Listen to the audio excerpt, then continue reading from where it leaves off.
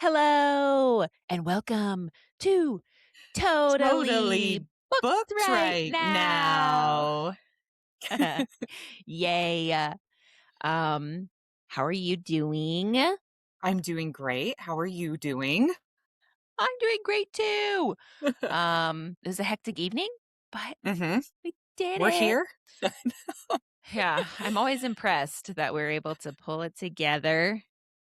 I know, But because hey, it's a little touch and go yeah. for the whole day, and we're like, "Yes, we're gonna be able to do it. This is gonna be great." Yeah. Yeah. Yeah, I know. I mean, kids, man. It's like they don't even care about what I want to do, you know? And, it's not like we have real jobs to Right. top Yeah. of Yeah. It's not I like this is the only thing in my life that I look forward to or anything. Whatever.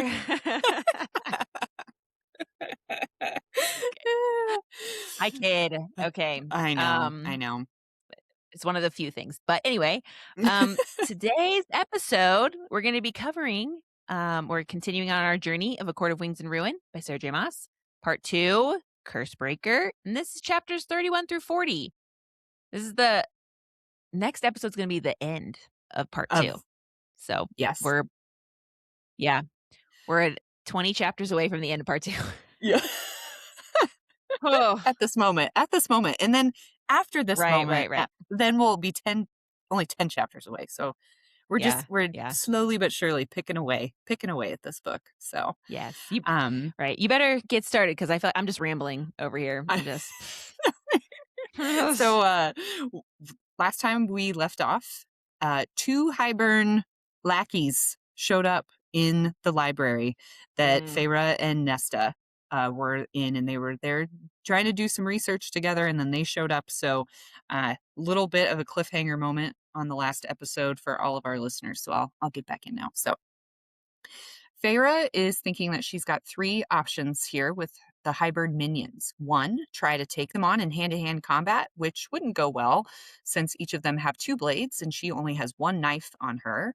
2, make a run for it, but then risk the lives of the others in the library. But before we can get to what Feyre's third choice is, Nesta is already telling these doofuses that if King Hybern wants to say hello, he can come himself. Hell yeah, Nesta. God, I love her so much.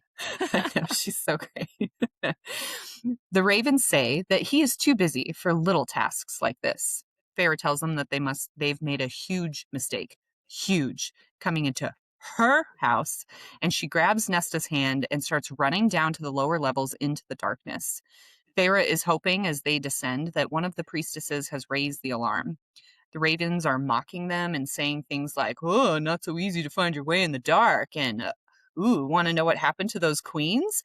And I'm not usually one for drawn out villain monologues, but I really do want to know what happened to those idiot queens. So, yes, please divulge.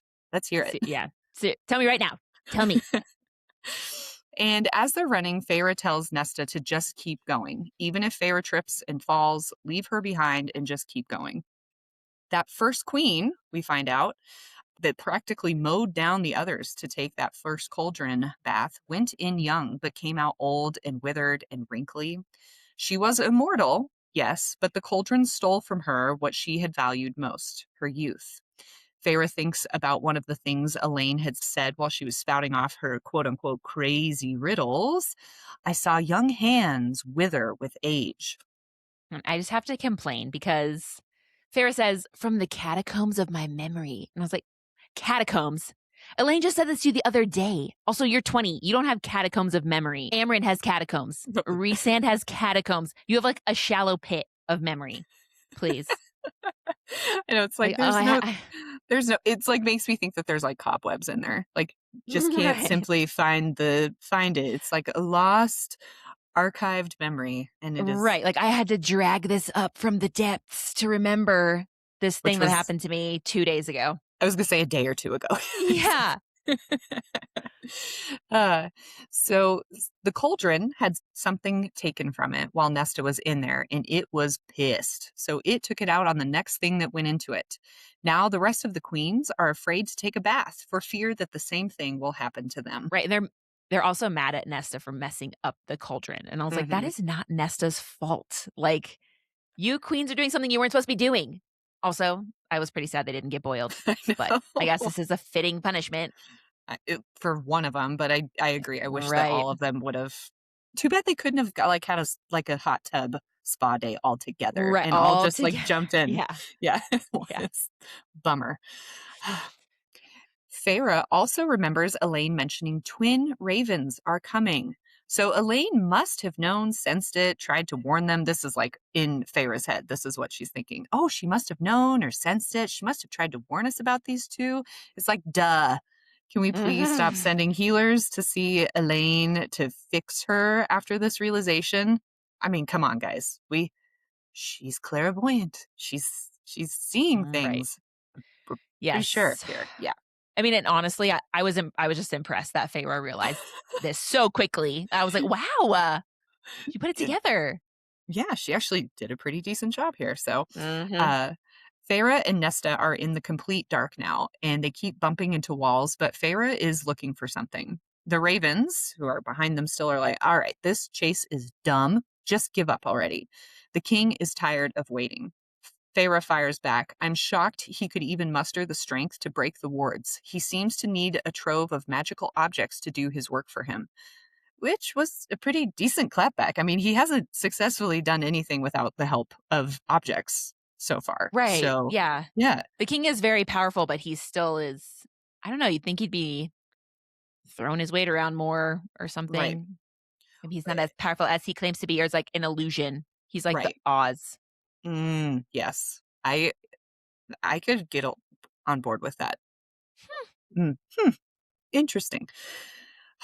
The ravens are like, ugh, you dummy. Whose spell book do you think Amarantha stole? We already know this, but yes, please keep monologuing. Please just Mhm. keep talking. Yeah. And they brag about the mask spell that she used on the Spring Court being Hybern's spell, and the spell that King Hybern used today was a one-time shot to get the wards down. So, bummer for them. He's not going to be able to get to use it again. Feyre and Nesta get to the bottom of the pit, and Feyre whispers to Nesta to run, to go back up and get out of there. She'll hold them off. Those ravens tell them to stop whispering and trying to be noble. When Nesta makes a run for it, back towards the center of the pit and up the ramp or stairwell, it's unclear what type of Yeah. leveling system that there is to go up and It's not down in this area. it's not important right now. I was also It's like, they got to the bottom really quickly. I thought this was like essentially bottomless. Like, yes. it would take a long time to get Yeah. down there. I don't there y well, I mean, I don't know how fast Nesta is. She hasn't been doing much. But, I mean, I thought Right. Faye was fast. I mean, like, that one time on Cal and Mai when Lucien ran Feyre back to the Oh, Spring Court Manor, yeah. I mean, she was like she said that Right. she almost got, like, motion sickness because he moved so quickly. So, Right. I don't know. I don't know. Anyway. This the spider monkey moment. Yeah, in Twilight. Yeah. Ah. So Nesta starts going back up to escape, and Feyre starts shoving the bookshelves down in order to block the way back up. The ravens are like, "Don't worry, we'll still catch both of you." But for the time being, they're sticking with Feyre. Feyre runs face first into the wall down there, which I had to add because it was funny and it Yeah. hurt. So I know. When she was talking about, like, how scary it was to be in the pitch black like that and not know if you're yeah, gonna fall in a hole or something, I was like, "Okay, yeah, that is legit." legitimately scary. And to not be able to you're trying to get away quickly. So you're Yeah. not like feeling around or have your hands out in front of you maybe the whole time because you're trying to be Mhm. fast but also be quiet so they can't track you. Like Yeah. very stressful, I think. Um but she is using her hands to try and find a passage or another aisle of books to hide in. She keeps trying to grasp for her magic, but that Feybane is some potent stuff. Remember, they blew it into her face, like when they first encountered her. And Mhm. so I just wanted to point out here, I would be interested to see how long this lasts since it was just blown in her face and not ingested. And then my next question was, how did old Tweedledee and Tweedledum Raven here not get dosed with it too? Because it wasn't Yeah. it in powder form? Like, Yeah, I can just see yeah. What if their lips Right. touched it? Well, they were Yeah. like, We don't know about the air currents in the library. That could have backfired easily. Ugh, maybe they were able to make some kind of shield. Yeah, and that isn't like a very good point because too, like there's no discussion afterward about like my magic was still not totally back after the Faebane versus when she got dosed in the spring court. It was days and days and days, Yeah, like and an that's why excessively long time. and we know that she was ingesting it and eating it, so it probably has a different The strength half at that life. point, yeah, and also, like, this was probably a pretty small dose, like, it was supposed to maybe just be, like, a quick, Right, like, right. reduction of power or abilities and stuff, but I just wanted to bring it up because, like you said, it's not brought up ever again in this chapter Yeah. or in future chapters how long she couldn't use her magic for, so Same. just wanted to bring it up. Yeah. Uh Finally, Feyre feels the leather spine of a book and turns down the aisle and starts running. She comes to the end and feels her way around to make a turn around another aisle, and she thinks that she's lost the ravens for at least a moment. And then this brought up another question for me. Can Fae not see in the dark? I thought they could. Is it just that dark at the bottom of the pit? Yeah, I mean, I was definitely assuming Feyre couldn't see because she didn't have her magic anymore, but I didn't Yeah. think about the ravens. Another good point. Um, although later, Feyre does talk about, like, giving herself night vision or something, where Oh, she can see in the dark. So I yes. wonder maybe not all of them can? Like, I bet some, Right. like, lesser fairies can, but maybe high fae since I don't know. I don't I know. know. Sorry. Just, I had a lot of questions with some stuff. Hey, Well, I've I had a lot of love these questions. like, see, Yeah. these questions, though, kind of are I'm like, "Ooh, those don't Mm. feel intentional." Yeah. Like, whoops, like, didn't maybe think that Yeah, part yeah, through. And yeah. now on my 6th reread, I'm like, "Wait, what is R this? What's Yeah, going right, on?" Yeah. "Wait a minute." Feyre whispers aloud, "Help me," while one of the ravens taunts about what kind of cage their king is going to make for Feyre when a voice whispers in her ear, "You are the High Lady?" It was a voice both young and old, hideous and beautiful. Always. Yeah, oh, it's mhm. Classic. Feyre could sense no body heat or physical presence, but she feels something lurking around and behind her like a shroud. She tells the voice a stammering yes. The ravens are still jabbering and ask aloud how much her mate is going to rage once she's captured. Honestly, I'd love to see it. I know. I mean, Release, rescind. I know because he'd lose it, lose Mhm. his mind. So Mhm. Feyre says another please to the being, and it asks what Feyre will give it. Well, she wants to know what does it want. The ravens can hear Feyre, and they're like, "Who are you talking to? Do you know a spell or something?" So they can't hear this other being, it appears, only to be talking in like directly into Feyre's head. It says, quote, "The stone and the wind hear all. Speak all. They whispered to me of your desire to wield the carver, to trade. I knew him once, long ago, before so many things crawled the earth." So the wind is listening in the prison too. So the carver was right that it hears and knows things. So, Right, yeah. right, right, It's like, right. "Why are we so worried about this?" And I was like, "Oh, I guess." Yeah. Right, I mean, like, how else would he get all of his weird information? It is Mhm. still, like, strange to me that, like, there are not wards in the prison to keep out the dumb wind and stone or but I guess the prison is literally made of stone, so I guess you can't keep out but at least the wind. How does the wind get Wind. into the prison? I know, and haven't they talked about, like, the air being really, like, stale Uh, and oh, I'm stagnant and, sure. like, Yeah. like, like, unmoving Yeah, kind of and yuck, right. yuck. As this air is underneath mountains. That's Yes. always how it's described. Oh, my claustrophobia is getting Oh, itchy right now. yeah. Ooh, Woo, yeah. woo. Ooh, yeah. The ravens are closing in, and Feyre is like, "Name your price." She's getting desperate. She's like, "Okay, we've chatted long enough." The being says that it wants company, and Feyre is like, "To eat?" Question. And I thought this was like a pretty valid question. She's like, "What do you mean Yeah. company?" Uh, the being says, "To tell me of life." Feyre agrees that it's a bargain right as the ravens officially find her, and the being asks if it should kill them. "Please do," Feyre stutters out. and agrees to the bargain. It was weird to me that being whatever it is, was just talking to her about the bone carver. There didn't seem to be a point to that. It's like, why did you even bring it up? Like, I thought it was gonna say something about, like, I can help if you I don't even know, like, why you would lead with that, but I was like, is it gonna try to get Feyre to agree to the bargain, and it was gonna help her Oh, sure. convince the It bone carver or something? You know, I was like, "What?"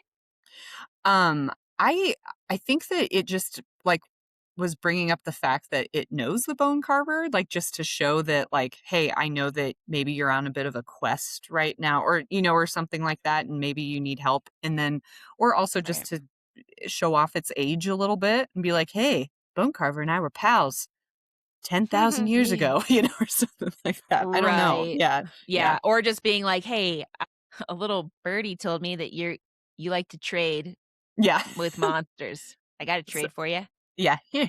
Something Trade like me that. trade me some info about life above Right. where I'm at, Like and yeah. like, "Okay." Mhm. A blinding ball of Phalite shoots out in front of Feyre, and she sees the raven standing in front of her. Then their gazes snag behind her, over her shoulder, and there's absolute terror on their faces. The being tells Feyre to close her eyes, which she does, and Feyre begins to hear shrieking and the sounds of bones breaking, and then feels a tight grip on her arm. It's Cassian telling her to keep her eyes closed, and he leads her away. Then she feels Rhys land at the pit floor so hard the mountain shudders, and he is furious. I'm all tingly. Rhys, hey, he's here. Rhys orders Cassian to get them out and disappears in a bloom of smoke as Feyre tries to reach for him. Rhys knew Feyre would try to see what was happening and got behind her. Question. I just have to throw in here. This positioning sequence was so confusing for me, and it's one of my biggest pet peeves in books when I can't, because I literally when I'm reading, it's like a movie. It's like I'm watching a Yeah. movie. So if the positioning is weird and I can't figure it out, it takes away from the story for me. So I wanted to throw here that I was confused. Like, Reese sees Feyre, so her back is to whatever is happening behind her with big scary monster thing Right. and the ravens, and she reaches forward for him, and instead of comforting her or doing anything, he like smokes himself over to the other side, and so that she wouldn't see what was happening, and he was trying to shield her from it, and I was confused by it. So Yeah. yeah. Eh, Yeah, I went whatever. back to, like, reread that part too to be like, "Hmm, does it say Yeah. anything? No, there's nothing." I don't know, maybe she, like, turned after him or something, but even Eh, with the creature, it was like, "Close your eyes," and it's still behind her. I guess it must yeah. have gone in front of her to get the ravens? I don't know. Right. Yeah, I'm not, again, not positive. Just a little Yeah. additional sentence would have been fine, so I understood what was happening. Right, So, right, right. but "Explain yourself, Sarah." I know. I mean, uh, and it's fine. But whatever Reese starts doing to those ravens makes their screaming start anew.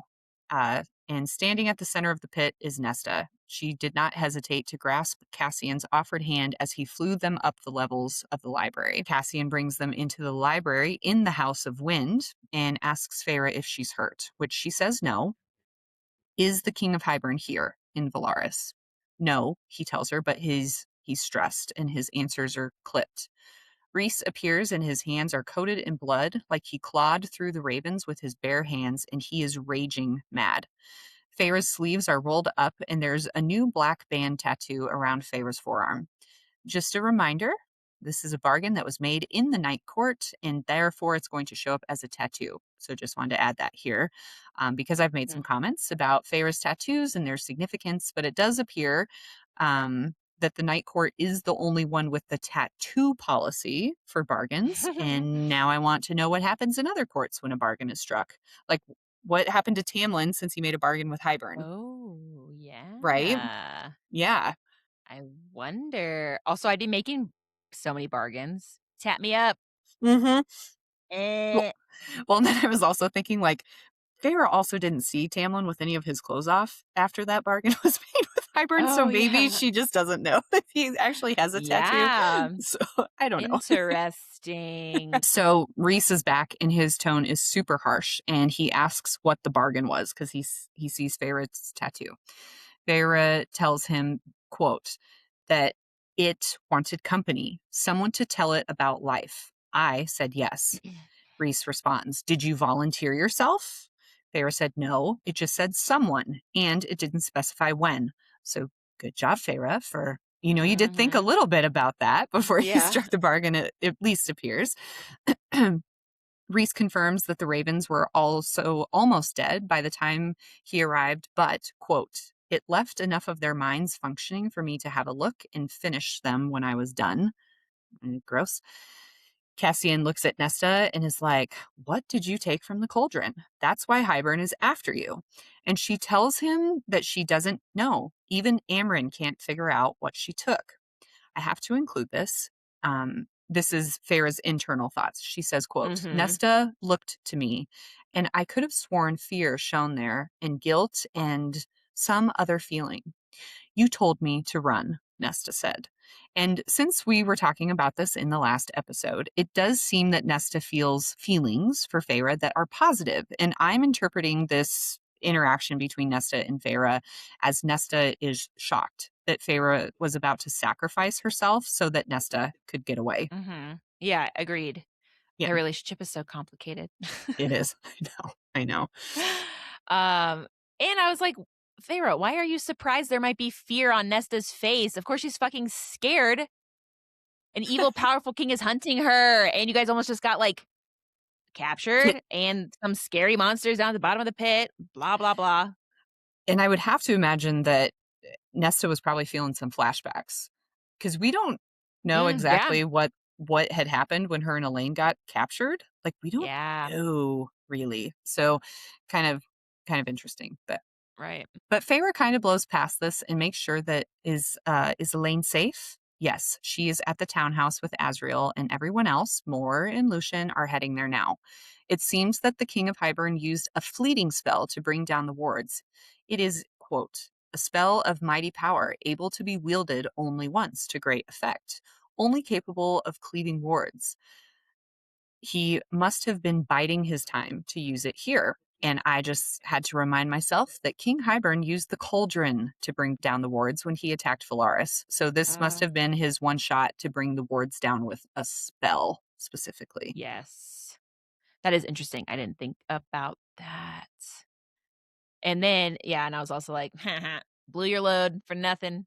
Yep. Unsuccessful mission. Wah, wah. Yeah.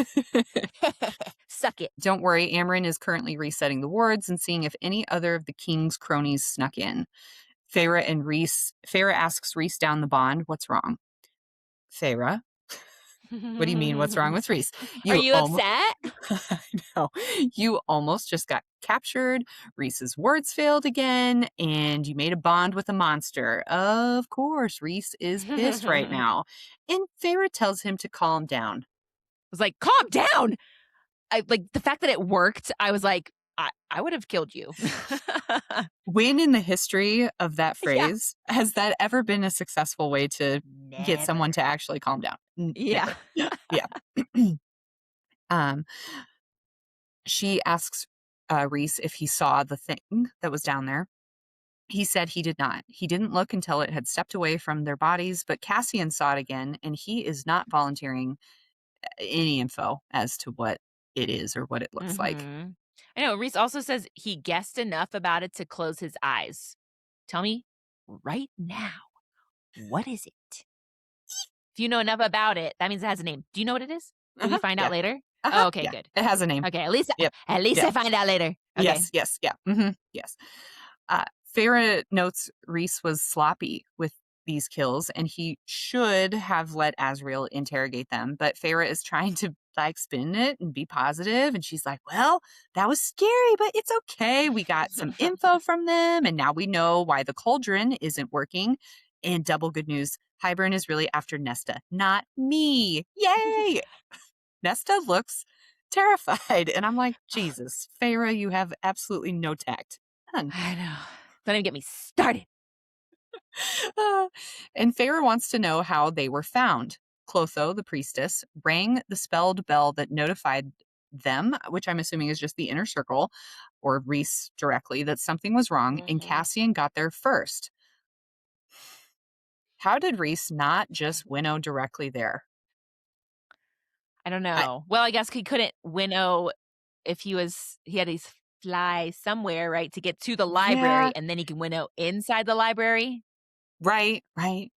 That's true. Oh, and Rhys is then always off doing stuff. I know he could have been miles and miles away. And even though it seems like winnowing is instantaneous, it may take Mm, some time depending on the distance. Maybe. right. I don't know. Um, Mhm. Rhys sends Feyre Cassian's play-by-play of events down the bond. So this is Cassian's feelings, and this is what happened in his version of events. So panic and rage. That was all he knew as he shot down into the heart of the pit, spearing for that ancient darkness that had once shaken him to his very marrow. Nesta was there, and Feyre. It was the former that he saw first, stumbling out of the dark, wide-eyed, her fear a tang that whetted his rage into something so sharp he could barely think, barely breathe. She let out a small animal sound, like some wounded stag, as she saw him. As he landed so hard his knees popped. He said nothing as Nesta launched herself toward him, her dress filthy and disheveled, her arms stretching for him. He opened his own for her, unable to stop his approach, his reaching. She gripped his leathers instead. Feyre, she rasped, pointing behind her with a free hand, shaking him solidly with the other. Strength, such untapped strength in that slim, beautiful body. Hybern, that was all that he needed to hear. He drew his sword. Then Rhys was arrowing for them, his power like a god's damn volcanic eruption. Cassian charged ahead into the gloom, following the screaming. And that's kind of the end of that. Feyre pulls away after this, or she kind of removes herself from this memory that Rhys is showing her at this point.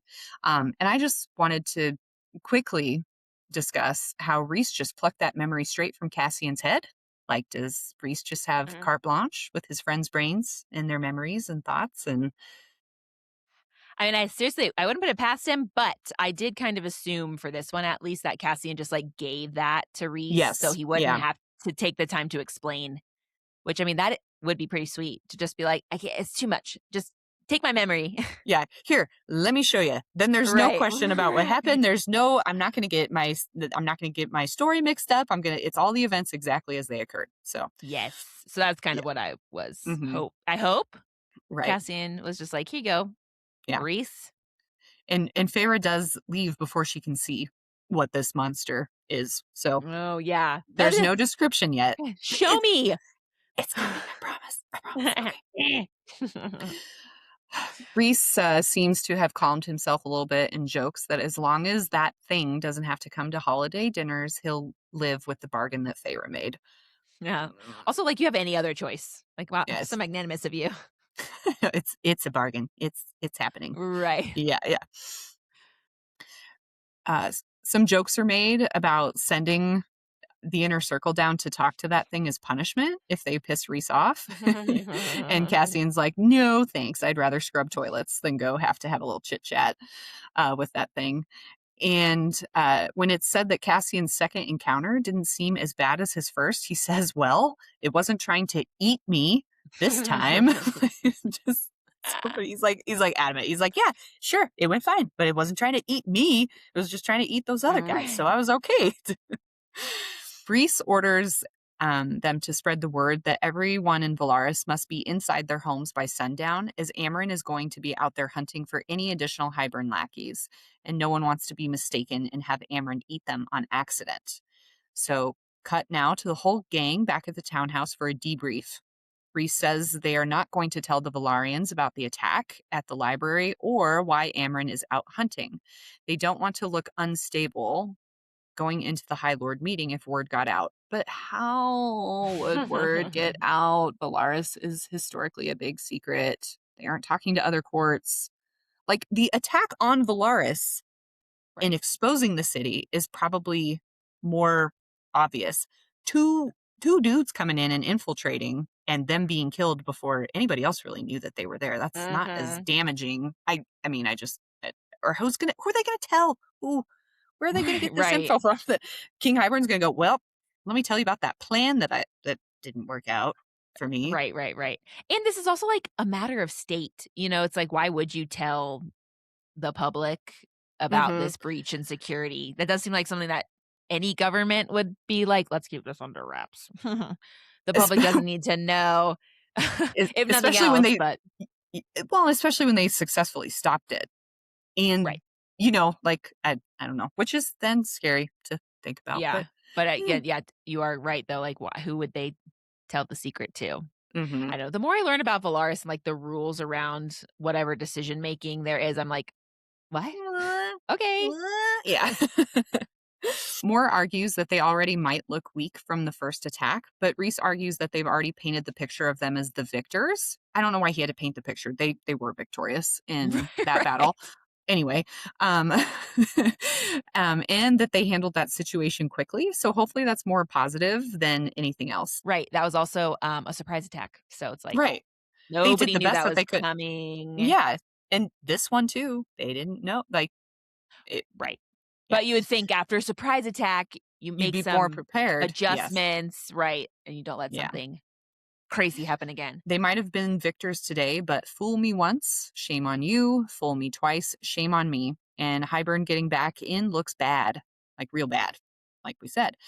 This Mhm. attack makes them look both vulnerable and unprepared, and no one wins allies that way. Elain quietly says the queen might come randomly. Everyone is silent and just kind of staring at her. What queen? Nesta asks. The one who was cursed, Elaine replies. And Feyre goes, "Ah, the one cursed by the cauldron." Like Feyre clarifies this. You know, when it threw its tantrum after Nesta left. "Eh, no, Elaine says. That's all she says back. No, not that one. You don't know what you're talking about. The other. So this is important. Everyone is confused, and Azriel gently asks which queen, the queen with the feathers of flame. Everyone is confused, and Lucien starts to ask, does she need? But he's cut off by Azriel. She doesn't need anything. We're the ones who need. Dot, dot, dot. Azriel trails off. A seer, he said, more to himself than us. The cauldron made you a seer. Oh, fucking finally, someone said it out loud. Jesus, Seriously. what a bunch of dummies. I know, I was like, "Oh, so you do know what a seer is. They do exist in this world." Also the Yeah. fact too that, like, Feyre, I mean, I guess traumatizing, you're talking about other stuff, but it's like, you had that realization, Feyre, that Elaine was having visions. Like, Hmm. this was the perfect time for you to be like, Actually, guys," but thank you, Wait a Azriel. second. Yeah. And I think to give everyone a little bit of a defense on this, because I kind of looked this up later because I was like, what the hell? How are there not any others? Like, how is this? Why does this seem so magical and fantastical? Elaine is the only seer in Prithian at this time. If She is? Mhm. Oh, Yes. okay. Yes. Yeah, and it gets brought up again later because I was kinda dragging on them being like, "God, you guys are such freaking idiots, like, why is this so hard to Right. believe?" She's, like, the only one and Okay. is, like, the only one in, like, a millennia Okay. I of mean, that's seers, kind of so what I was wondering yeah. before, where because I was like, Yeah. maybe they just don't even know what a seer is, but then when he Mhm. actually says it, I'm like, "Okay, Yeah. they Yeah. do exist," Yes. but guess not Uh, for a while. I know. And then, of course, I'm saying all this, and then I put in Feyre's next quote, which was seer. The word clanged around in my brain, and I'm like, oh my gosh. You people, it took you so long to figure I it out. know. Uh, Hey, we're here. Thank God, the cauldron, dr- whatever being. I honestly thought it would take longer. Like, I thought it would continue, and this, like, Feyre would have no idea, not put the yeah. pieces together, Yeah. but It hey. was, we recognized it, and it came to a quick conclusion, which was nice that because we were getting irritated that it wasn't being Yeah. figured out yet. So, Yeah. So Elaine looks to Moore for confirmation that that is truly what's going on, that that's what she is. And Moore studies her as if a light bulb turns on. She's like, yes, that's the truth that I can see. I was like, how wasn't this truth not figured out sooner? Couldn't they have played a game of 20 questions with Moore for her to figure out what's going on with Elaine? Like, Yeah. couldn't they have just said, Moore, do we need to see a healer for Elaine? And she could have been like, we do. No. Like, I know. Yeah, I no. mean, we have no idea what about Moore's power. Like, it doesn't make any sense. I don't Mhm. understand it at all. And Feyre says, like that magic of Moore's had at last solved some puzzle. What magic? What are you talking about? And why, if she's a truth sayer, whatever, like, yeah, I guess if Moore's a truth sayer or like a Mhm. something or other, like, why don't we use her more times to, Like, like, couldn't confirm she tell the information. Yeah. queens were lying? I guess that just like, but if she's in league with Hybern, Hmm. Or which is what I am suspicious of. okay. Okay. I Like, how did Hybern know to go to the library? How did they know that was Rhys's favorite spot? Who would have Mhm. told him that? Mhm. Somebody that knows him well. Right. Really well. Like, Yeah, inner that circle knows he well. goes to the library. Right. Mhm. That's Yeah. the place they picked? Yeah. Please. So, Asriel is the only one using this information to start asking some questions. He says, "Is there another queen?" Elaine has to think about it for a second, and after a moment, she replies, "Yes." The conversation with the mortal queens at Casa de Archeron is all coming back. They had said in that meeting that the sixth queen was sick and couldn't come. The pretty young queen that the adder had turned into a kebab said not to trust the other queens. So, gee, I think this might be who they're talking about. Yes. uh, Feyre looks at Nesta and is like, you took from the cauldron, but the cauldron gave something to Elaine. Yes. And I guess I forgot too that Elaine went first, so the cauldron was like still in a good mood. Yes. And then it's also interesting to me that all of the Archeron's sister powers were either like given or quote taken. I mean, everyone Right. Nesta's powers were truly taken from the cauldron, and everyone says Feyre's powers were taken, but they were also they were actually Given. given. Yeah. It's So like, so if you're looking at the three sisters, Nesta took, Elaine was given, and if you can look at it either way with Feyre, it was like kind of right, 50-50, half and half. and I So was it's like, like, ooh, "That's I fun." love Yeah. that actually. Yeah.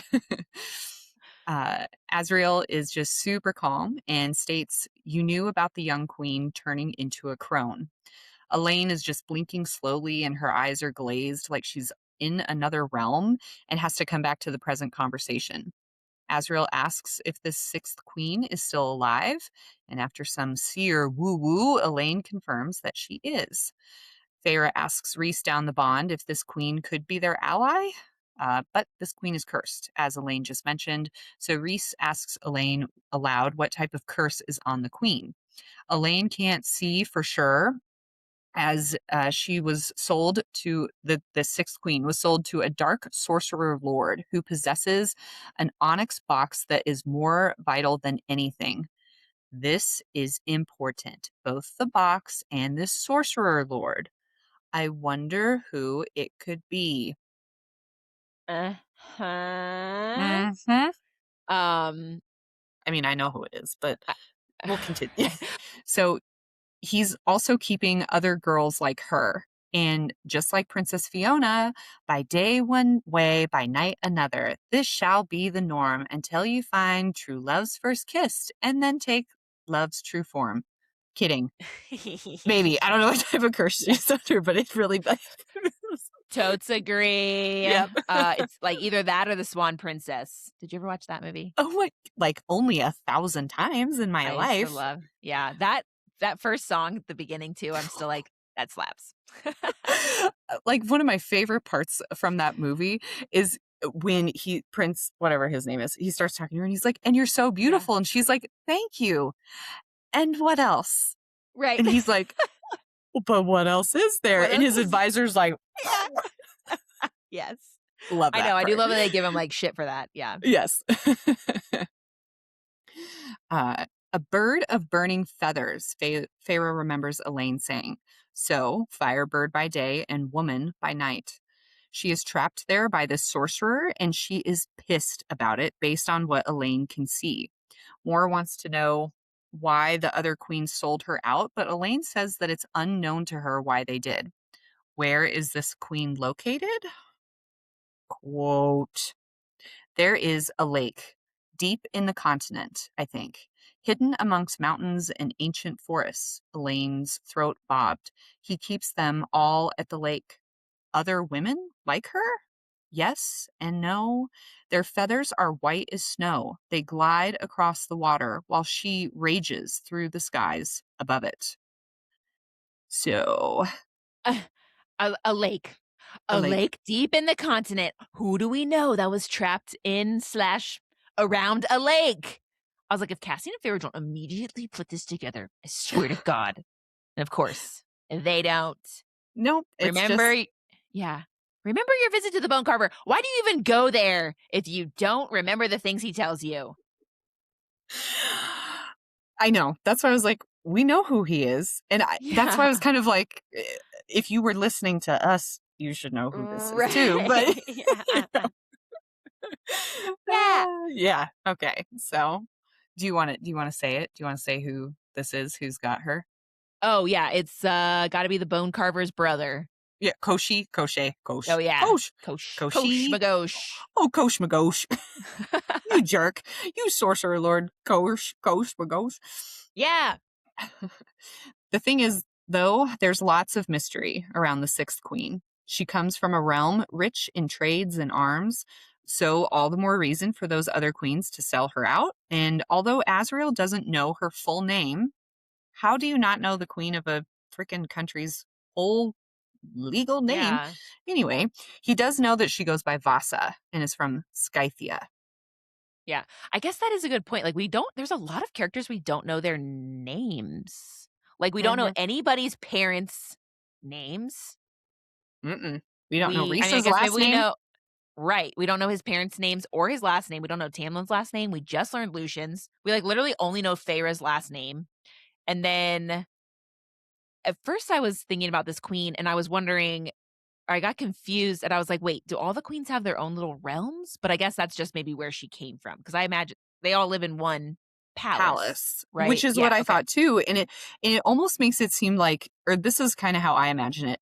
There are like leaders from all of these different, I don't know. I don't want to say countries because I don't really think that's what it is, but territories or something maybe. Realms? Realms, yeah. And they all like converge together and work together at the palace to like make Okay. Yeah. decisions everywhere kind of thing, Right. I Right. Right. Right. guess. Right. I don't know. But only on the continent. I guess they also affect the mortal realms in Prithian or whatever. But, like, barely. Maybe. There's, like, a very small sliver of land, and I don't think that there's any, like, true, kingdom or, like, ruling castle or major city in the human realm on Prithian or Right. on that island Yeah. Yeah. that I don't think that so either. yeah, yeah, Hmm. Anyway. yeah. Okay. F Feyre wants to go and find the sixth queen and see if she could be a potential ally. Finding her would be a big if, argues Cassian, and could take way longer than what they have time for. She's also cursed, so they would need to know how to help her and then get her to rally her armies. But that place that she's from, Scythia, is super far away, and mortal travel takes too much time for any type of army to get to them. Moore wants them to try, but Cassian also argues that those human queens are probably amassing their armies to aid Hybern, and they're going to be between Prithian and where this queen is. Moore says, "You're not the boss of me, Cassian, but oh, Rhys is," and he says, "No dice." Moore wants to leave and go find this queen really badly, and as usual, I'm very suspicious of this. Yeah. Always. Always. Mhm. Mm, Um. Also, like, how would she, if she's been a prisoner? I guess she hasn't been a prisoner for that long, so maybe she still does have armies she could rally. mhm. But 'Cause it can't have been that much time away. I mean, right, because she disappeared when they were trying to get the book. Mhm. right? Exactly. And also, I mean, didn't Elaine say she might come?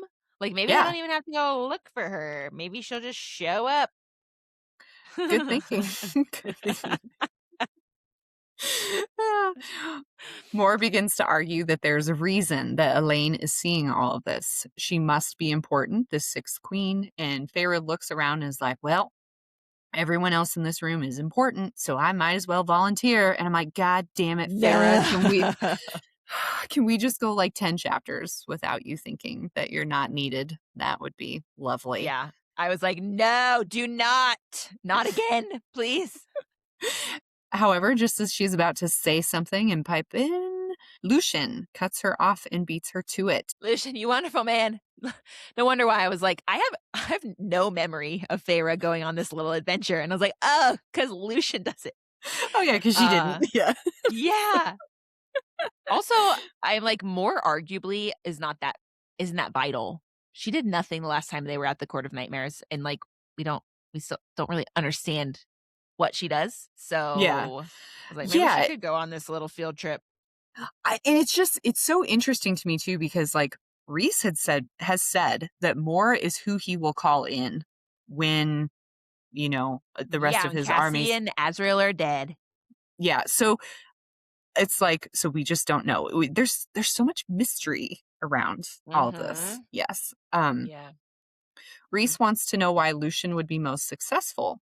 Lucien says, this eye, and he gestures to the metal contraption, it can see things that others can't.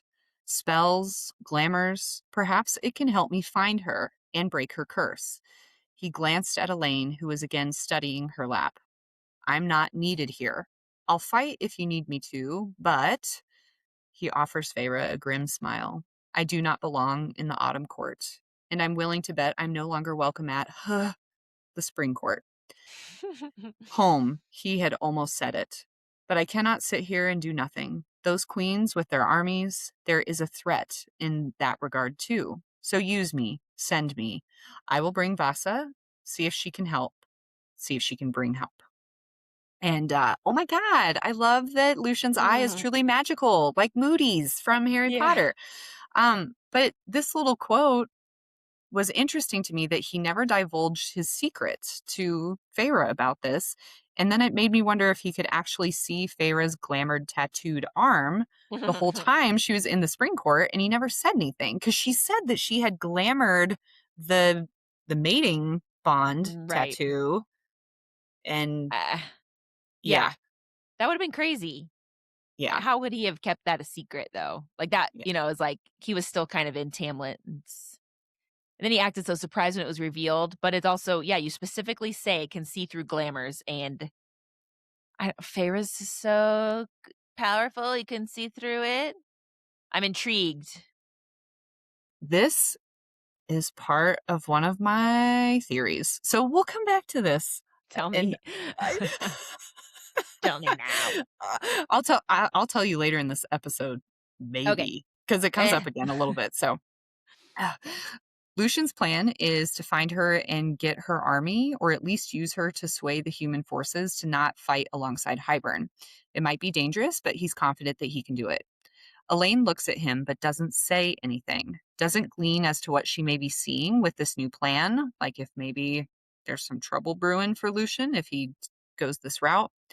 Rhys offers to winnow Lucien as close as he can get him to where he'll need to start his journey, and Rhys thanks him sincerely for offering to help.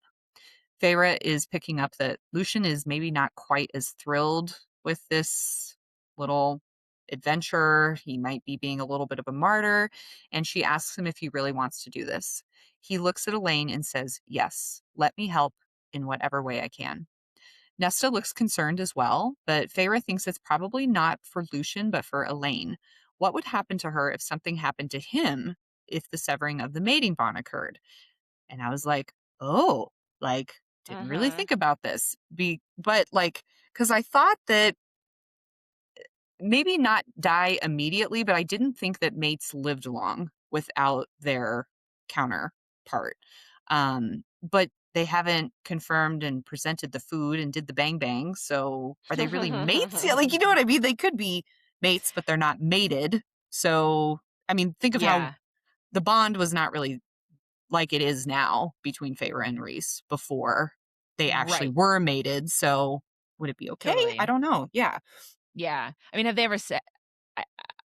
they ever said that explicitly that, like, I they thought that wouldn't? it I thought that they talked about it was so painful and it really weakened Mm, the other one. But maybe I can't could really just be pulling that remember. totally out of my ass. I could be wrong Yeah. on that. Who Yeah. knows? Or maybe it's something from later that you're remembering that I Yeah. don't have that I have no knowledge of. But also because I was like, well, Reese's dad didn't die after his mom was murdered. He and Reese both went to the spring court to retaliate, But it was like that same but day and then yeah. he died anyway. Yeah, yeah. I get I yeah, and Feyre thinks how terrible it would be, but also her relationship with Rhys is, like, obviously extremely different than Right. Elain and Lucien. Like, if Rhys died right now, she'd be so Yeah. sad. Yeah. But I just wonder, I don't know. With I'm gonna them, put it's so, like, weak right now, or, like, what would have happened if Rhys had died or never came back for her right. and she had actually married Tamlin? Right. Then if Probably I mean, nothing, then I they're don't gonna know. live their lives and they're gonna die outside of each other. So yeah, like why would it be Right. right? Yeah. Right, and if they're not gonna ever if she's not ever gonna accept the mating bond, then Then it maybe should it's, be like, not a fine. big deal. Yeah. Yeah, yeah, I don't know. I know. TBD, I guess. Yeah. Right.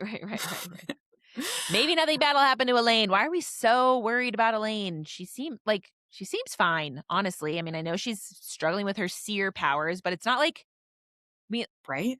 yeah, we know Yeah. absolutely nothing about Elaine, about her personality or whatever, and everyone's just like, Elaine. worry about her. Elaine. Why? Let her Yeah, I don't be her own look person, jeez. like take off the kid gloves and Mhm. just let her live her life a little bit. I don't get it. But Right. Lucian decides that he's going to leave the next day, and Rhys agrees that he can take him then. Everyone disperses and leaves Lucian and Elaine alone. No matter how much Feyre wants to eavesdrop, she lets them be. Are you sure you don't wanna go back inside his head? Meddler.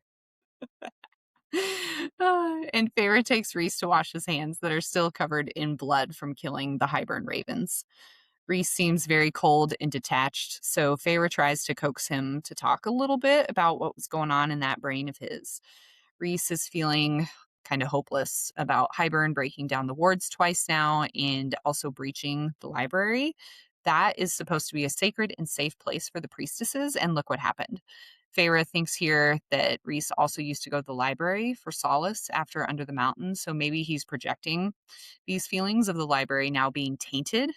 Rhys says, quote, "What is the point of it, of all of this power, if I can't protect those who are most vulnerable in my city, if I can't detect an incoming attack?" Agreed, Rhys. We discussed this. Like, how do you not have an alarm system that goes off when the wards come down? Or just have they never come down before, so you had never needed to worry? Like, Mhm.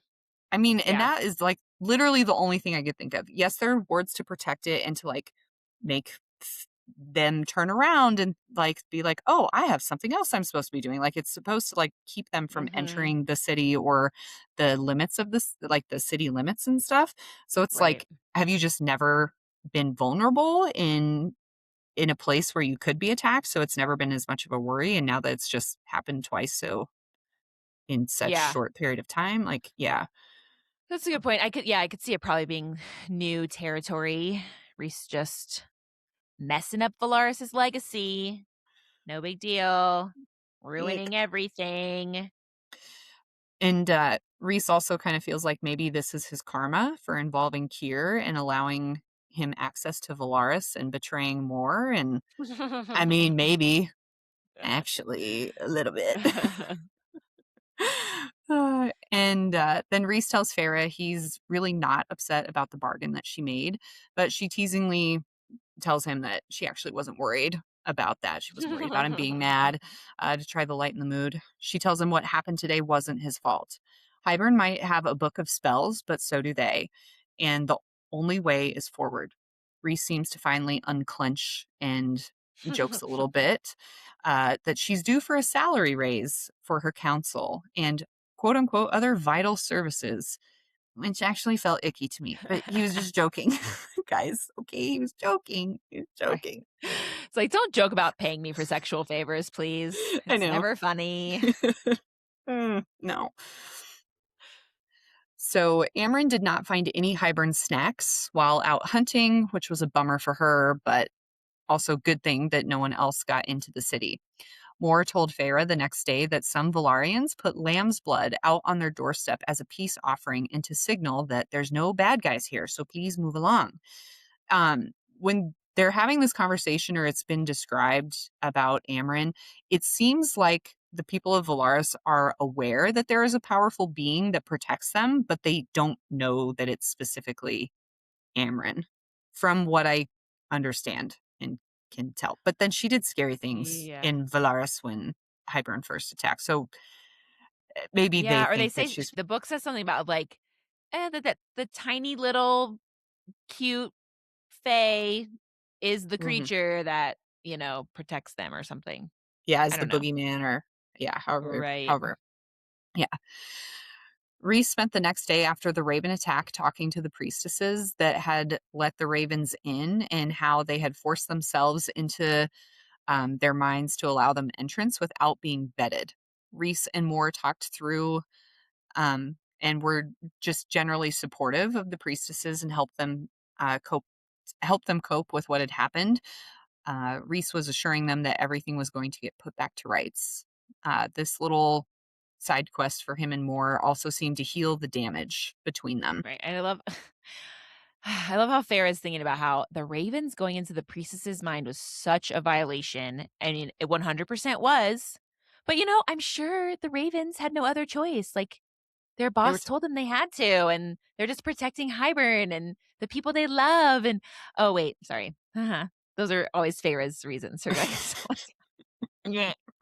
Right. Lucien is getting ready to head out on his quest, and Cassian has given Lucien the option to pick from his own personal cache of weapons. And Lucien picked out a large Illyrian blade, a short sword, and a quiver of arrows. Feyre confirms with Lucien that he knows where he wants Rhys to take him, and they've worked it out with Azriel to make sure that they're going to a safe place on the continent, which hopefully should not be under surveillance.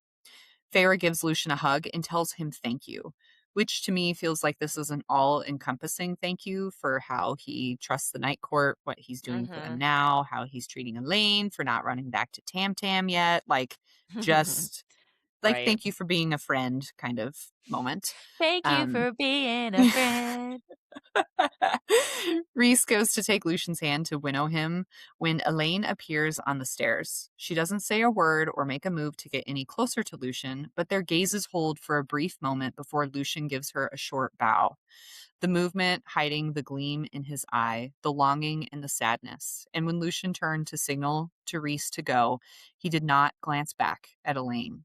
He did not see the half step that she took towards the stairs as if she'd speak to him, to stop him. Meh. I kind of want it to work out between them. I know. Just because Lucien is so sad right now, like, about Yeah. it. Yeah. Just Oh, want yeah. Lucy to be happy. I know. But Rhys and Lucien were gone, and so was Elaine before Feyre could turn and invite her to breakfast. Feyre is waiting for Rhys to return, and Nesta is sitting and trying to practice those wall skills Amren's been working on with her, and tells Feyre that Amren thinks that she's close to attempting this magic on a real wall. Feyre is stressing a little until Rhys returns and tells her that everything is good. Lucien is on the continent heading east, and he asks her how their seer is doing. Nesta gets a little overly defensive and tells Rhys not to call Elaine that. And we've kind of talked about this too, but like, geez, Nesta, chill. Like, what is your big concern here with Elaine being a seer now? Like, it's not Right. hurting her. I I just can't tell if like Nesta is just worried because Elaine seems just so detached and different from before she went into the cauldron, and it's like the personality change that is scaring her. I don't get that. This Right. Yeah. I didn't I was like, Nesta, stop. That's what Elaine is. Just like you're a feral animal. Ha ha ha. And okay. I've been thinking about this, and seems like a fine time to talk about it.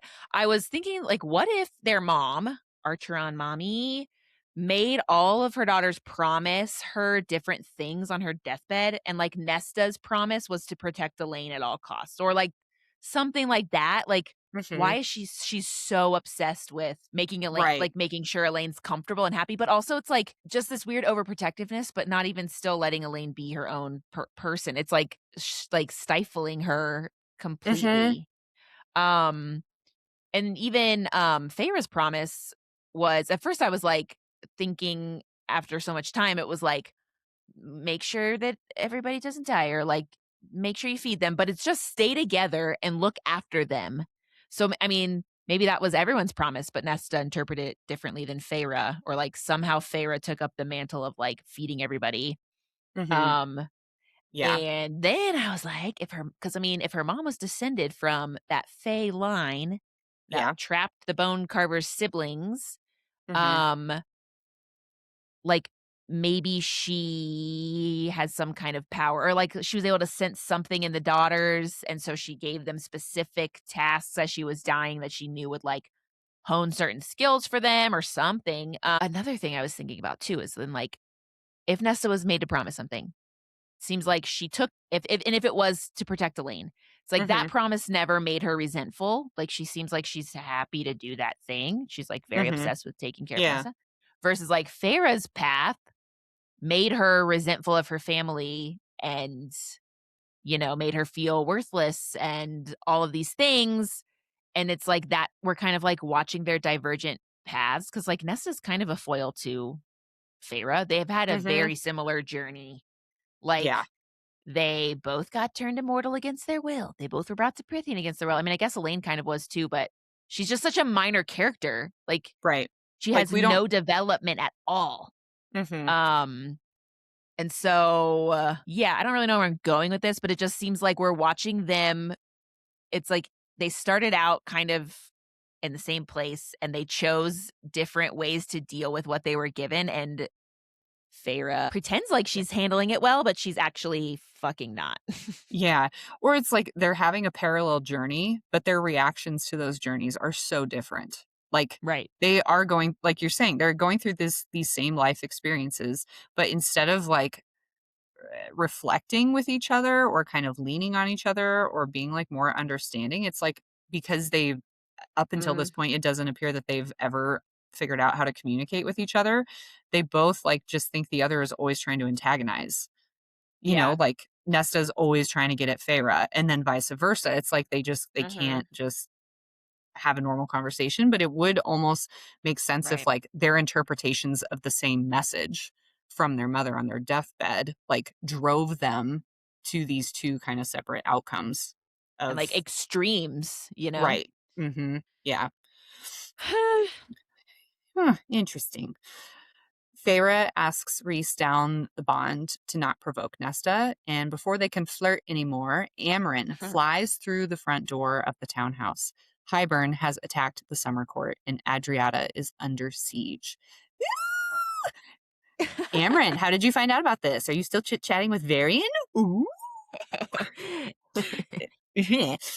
Hybern played the first chess piece, and they weren't even aware that the game had started yet. Asriel seems to be placing the blame solely on himself, and Cassian asks if Tarquin has called for aid. Amryn is unsure. The message she received was short and just stated that they were under attack. They remember from their time in the summer court that they had an armada when they had visited, but it was spread out along the coast. They were most likely unprepared and wouldn't have had their full forces available when Hybern struck. Rhys remembers that there had been 20 ships in Adriata, so he asked Amryn if Hybern's numbers were disclosed, but she said they were not. The tone of the letter made it sound like they were overwhelmed because it was very brief and it was more of a warning to prepare their own defenses. Cassian takes one for the team and quietly asks Amryn about still being in contact with Varian. And Amryn snaps at him that that's what friends do, of course. Miss Amryn has a boyfriend. Amryn has a boyfriend. Kissing. Feyre says they can't leave Tarquin to defend Adriata alone. The Darkbringer Legion is nowhere near ready to march, so Azriel and Cassian prepare their siphons, and Rhys winnows Cassian to the Illyrian war camps to give orders to prepare for battle, while Azriel goes ahead to Adriata with his best spies to scout the battle going on. I want to know more about Azrael's spies. I do Who too, could they because if possibly be? they can't be Illyrians with wings, people would Right. know. Right. I was literally just thinking that. Yeah. Okay, mind reader. Right. Ha ha ha ha. You and me are just like. Cassian has been moving the Illyrian armies to the southern border, but preparing them to move will take some time, and Rhys is going to have to winnow all of them in. Moore came back to the townhouse after getting prepared for battle as well, with her hair braided and she's loaded with weapons. She looks like a total badass, with some slightly modified blades that were actually seraphim blades gifted to her by Prince Draken. While they're waiting for the bat signal to go up, Nesta asks Feyre and Moore if they're going to fight. Moore tells Nesta that she will if they're needed. Nesta wants to know what Moore knows of battle, and she says she knows plenty. Excuse you, Moore is a hardened warrior, actually. Right? She's a war hero. Come on, Nesta. Anyway. Right, like, where have you been? Amryn is going to stay back with Nesta and Elain, which I understand because someone has to stay back and defend Valaris if Hybern has a two-step attack. But I feel like it's too bad that they can't just unleash Amryn right now. Right. Like, Yeah. literally my exact thoughts. I was like, what a Yeah. catch-22. Like, Yeah. obviously someone has to stay, but, like, isn't she your best, like, strongest warrior or whatever? I know, and it's so hard because you're like, well, if we have to leave someone behind, maybe we should leave the strongest Right. behind who is not going to need help as immediately or as much Yes. as maybe as we do. But yeah. Yeah. It's tense, and Feyre assures Nesta that they will send word when they can. Feyre receives a rumble of thunder through her mind, which is Rhys's signal that it's time to go. Moore gives a cocky smirk that it was nothing that they can't handle and winnows her and Feyre through the courts. When Feyre feels suffocating heat and blinding light, and she could hear screams and the sounds of metal on metal. And when she looked, she saw that Rhys and co. were indeed here and already joined in the fray. Moore had winnowed them to the top of a nearby hill where they could see Adriata below them. The waters of the bay were already red with blood, and Feyre was wholly unprepared for the sheer size of each army already in battle. Quote, I thought it would be neat lines, not chaos everywhere, not Illyrians in the skies above the city and the harbor blasting their power and arrows into the Hybern army that rained hell upon the city. Ship after ship squatted towards the horizon, hemming either entrance to the bay. Adriata's fleet that was available were outnumbered, and Feyre can see the Illyrians in the sky using their siphons and arrows to battle against Hybern's army, and Feyre starts to get concerned about how much power Rhys had to have used to winnow them there, when Moore cuts off her train of thought and points out that no other courts have come. They see a dark bloom of power that accompanies a loud boom, but it doesn't do as much damage to the Hybern fleet as she would have hoped, and says aloud that she's worried about Rhys's power stores, or maybe they're using Faebane against him. She kind of asks Moore this question, but Moore says no. That's too dangerous to use in these situations because it could nullify his own force's powers.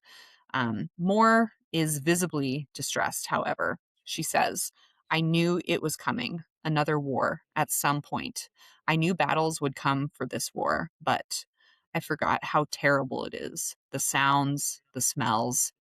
And yeah, Feyre is kind of overwhelmed by the scene in front of her as well and wonders about Alice and if she had fled to the summer court like she had planned, and she's worried for her. Moore decides they're going to head for the palace that's currently surrounded by Hybern soldiers.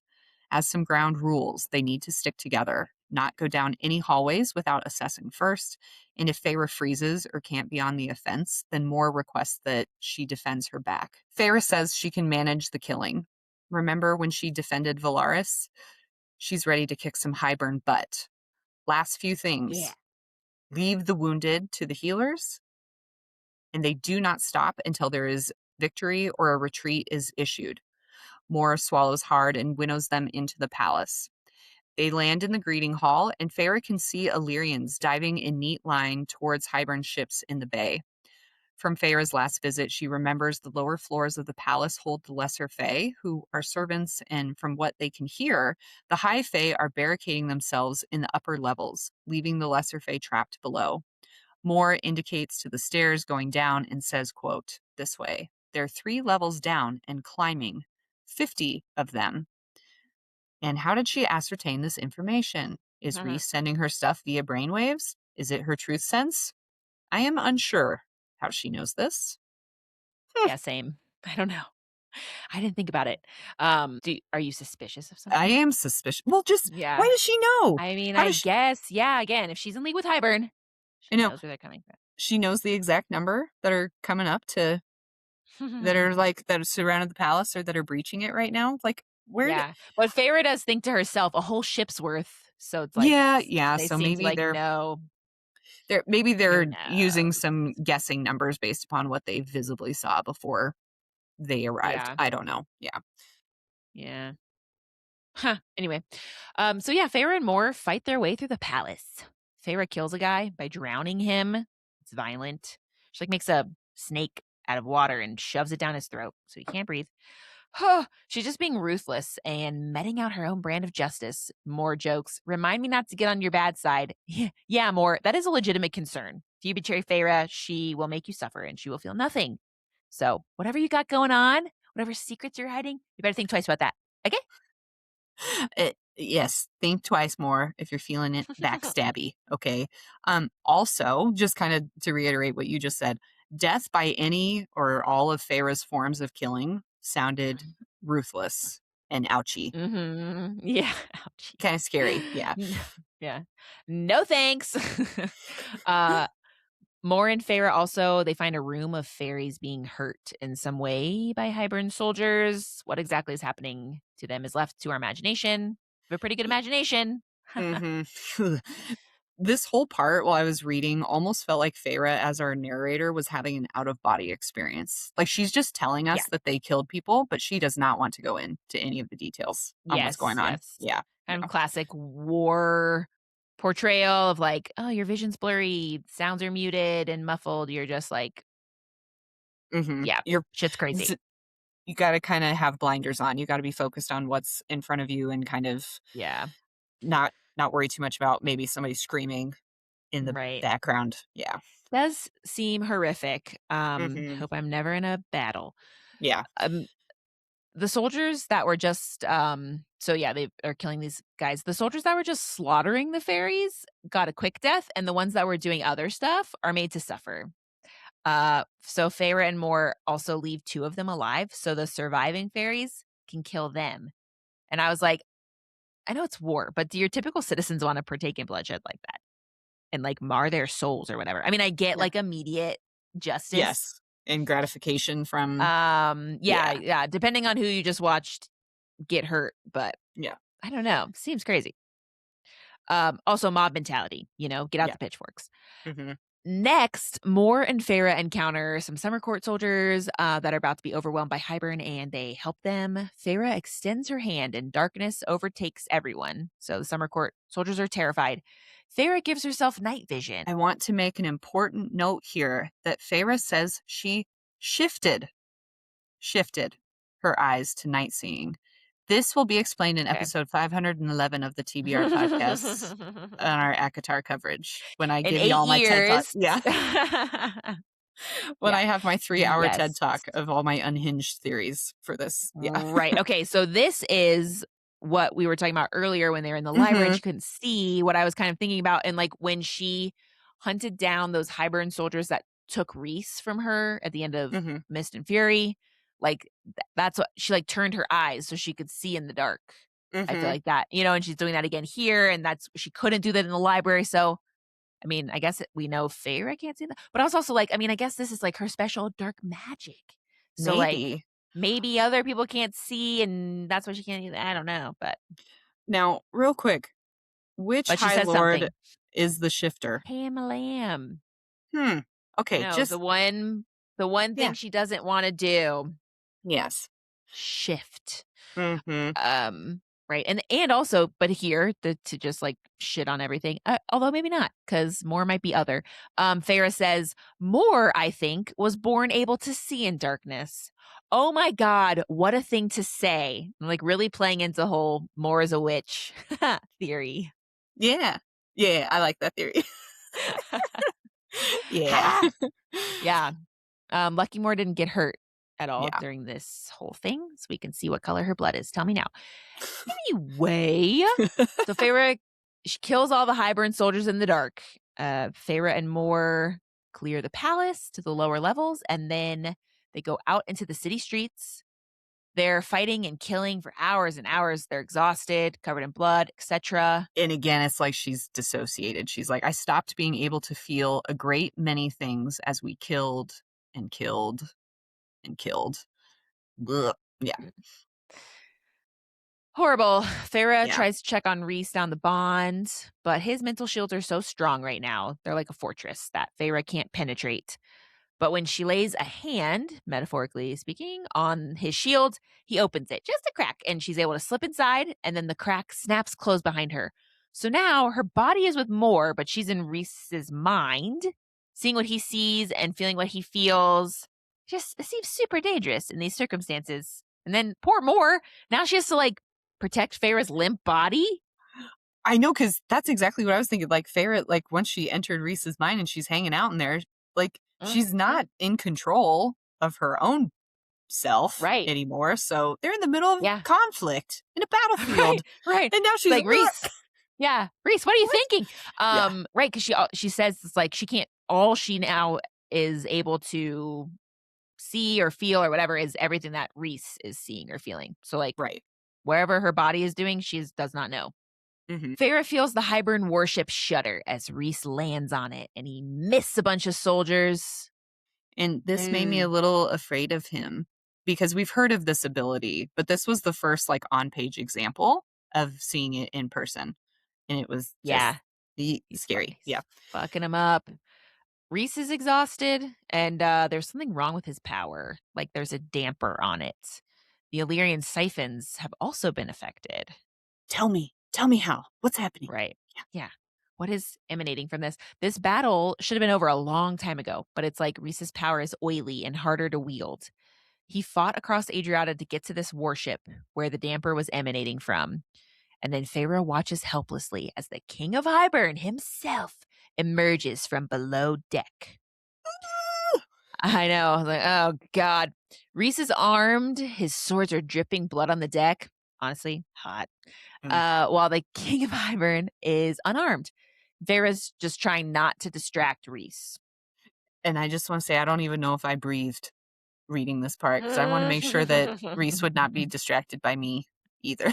Right. Why are we here? Why is Feyre there? She's doing the same thing. She's like, I can't distract him. Yeah. Why did he let you in at all? Mm-hmm. Rhys makes a jab about the king using others to fight his battles, but the king was just waiting for someone more interesting to find him. Wink, wink. Of course, Rhys took on this little mission all by himself. He didn't ask anyone else for help. And Rhys thinks to himself / Feyre, maybe. Like it's kind of seems like they start to communicate a little bit, but I don't know. If he was smart, he'd capture the king alive so that Azriel could question him and they could get more information. But Rhys doesn't know if he'll have the restraint to do that. Yeah, and it seems like she's like trying to convince Rhys to let others come help. Like she's like, wait, we can send other people. Yeah, and it's like to me, it sounded like Rhys was having a bit of an internal monologue, and he was kind of talking to Feyre through this bit, but he was also so concentrated on what was going on in front of him as well that he wasn't like giving her his full attention. Like he knew she was there, but it seemed like the conversation was kind of more one-sided. Yeah. Because he does have some responses to her when she's like, just kill him and get it over with. And he's like, no, like we need to try to keep him alive and question him. And yeah. Right. Yeah. Yeah. Seems like don't just kill him. He's I'm sure that won't backfire if you take him as a prisoner. Yeah. Feyre also wants Rhys. She wants him to kill the king, so she's trying to convince him to do. But Rhys can't just kill him because first, Rhys has to find where the spell is coming from or what exactly is putting a damper on everyone's power. Although I'm like, but if the king's controlling it and you kill the king, wouldn't that make it Shouldn't, yeah. stop? But maybe something else is. This is a tense situation because the king has had none of his power depleted, and Rhys not only has a damper on his power, but he's exhausted from all the fighting he's been doing for the last however many hours. Rhys tries to attack the king's mind, but he's not able to get in. Ugh. And it specifically said there's nothing there. Rhys met nothing when he attempted to enter his mind. So I was like, oh my God, what the fuck? How can't Rhys sense anything from the king? This is so sus. What is going on? Right. Like nothing? Come on. Nothing? What? Of course, the king's talking shit about Rhys and Amarantha. He's also talking about Feyre. The king seems to know that Feyre got her powers from the High Lords when they brought her back to life. The king is also not happy that Feyre killed the evil twins, Dagden and Brannog. They were his niece and nephew, please remember, back in the Spring Court. He says she savaged them. And for what reason? Oh, I don't know. They took away her magic and were fighting her. Plus, they were evil. They sucked. I know, right. She was just supposed to let them be absolute dicks with no repercussions. Right. And it was self-defense. She beat them with Faebane in her system. So who are the lame ones? Your niece and nephew. Yeah. You guys. Losers. The king also says, quote, Tamlin has plans for you after what you and your mate did to him. His court. What a mess for him to clean up, though Feyre certainly made it easier for me to plant more of my troops in his lands. And Rhys is like, great, love that for her. I'm lucky she's my mate. And I mean, I know the king is just like rage baiting right now, but I do take issue with this. Okay.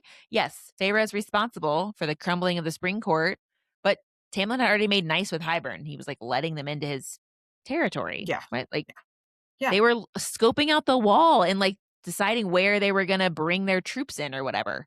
So like, what are you talking about? It's Feyre's fault. They were. And I mean, you could say Feyre sped up the timeline a bit, but these actions were already in motion well before she came in, before she was actually back in the Spring Court. This was all starting to go down anyway. So, right. No. Yeah. Right. I was like, wasn't the bargain? It was like, Tamlin's going to let me Hybern enter through the Spring Court if I got you back. Mm-hmm. Like that was the bargain. So I mean, I guess ultimately is that what? So ultimately, Feyre would have never left. But then if Tamlin would have not sent his sentinels over the wall, so it's still Tamlin's fault. I know. Yeah. And if Amarantha hadn't come, and if the King of Hybern hadn't sent her, so really it's a circle. It's still back to Hybern then. It's still his fault. Yeah. It's all your fault. It's your fault. Your niece and nephew are dead. Thank you. Okay. Then the king threatens to kill Rhys. And once Rhys is dead, the king is going to take Feyre. Rhys is like, well, Feyre defeated Amarantha and the Adder. How much of a challenge could you really be for her? Wow. Really playing it fast and loose with the word defeat there, buddy. I guess, I mean, I get that we're bluffing to the king, but like, that's a big bluff. In this, it worries me that he's playing up how powerful she is. And while she is powerful, we don't really know how much or what all she can do yet. And this makes her seem like even more valuable. Like for me now, if I was like Hybern, I would be like, Nesta or Feyre? Nesta or Feyre? Like, yeah, right. Like, I don't know. It felt like almost like Rhys was like, I mean, he's trying to, he's trying to talk up his mate and be like, yeah, she's the bomb. She's the greatest. And I mean, look at all the cool things she's did. But I was like, shh, like, don't remind him of, you don't want him to like take her, do you? What? Yeah. Also, Amarantha did kill her. So. Yeah. Okay. Yeah. Just through a miraculous and divine intervention that Feyre is with us today. Who knows? Maybe the king will give Feyre back to Tamlin when he's done with her. The king's like, yeah, whatever. Rhys gears up to strike the king, and Rhys asks why. I was assuming it's like, why is the king doing all of this? The king says because Rhys is a big fat liar. Basically, Rhys and his ilk said that there was room at the table for everyone, high fae, lesser fairies, and humans, but only if they thought like them. The loyalists were shut out, and the king has no intention of continuing to rot away in Hybern for the next 500 years, bowing to human pigs or whatever. And so, yeah, everybody's going down. And I mean, we've discussed this. And like, oh, we rotted there, but that's because you Mm-hmm. didn't want to like try to do anything. You did not try to move forward or move your people forward. And he's talking Right. about bowing to these human pigs. You don't have any humans left on your little Yeah. Hybern island. You killed all of them. What are you talking about? It's like Right. like we've talked about it. It's like they have this like the good old days. They just want things to go back. And instead of even attempting to try to Yeah. move forward or adapt, they just threw a massive temper tantrum. And Yeah. it was, I really felt like this whole speech was so performative in front of his soldiers that were there Yeah. versus Yeah. being like any part true of what he was Right. saying.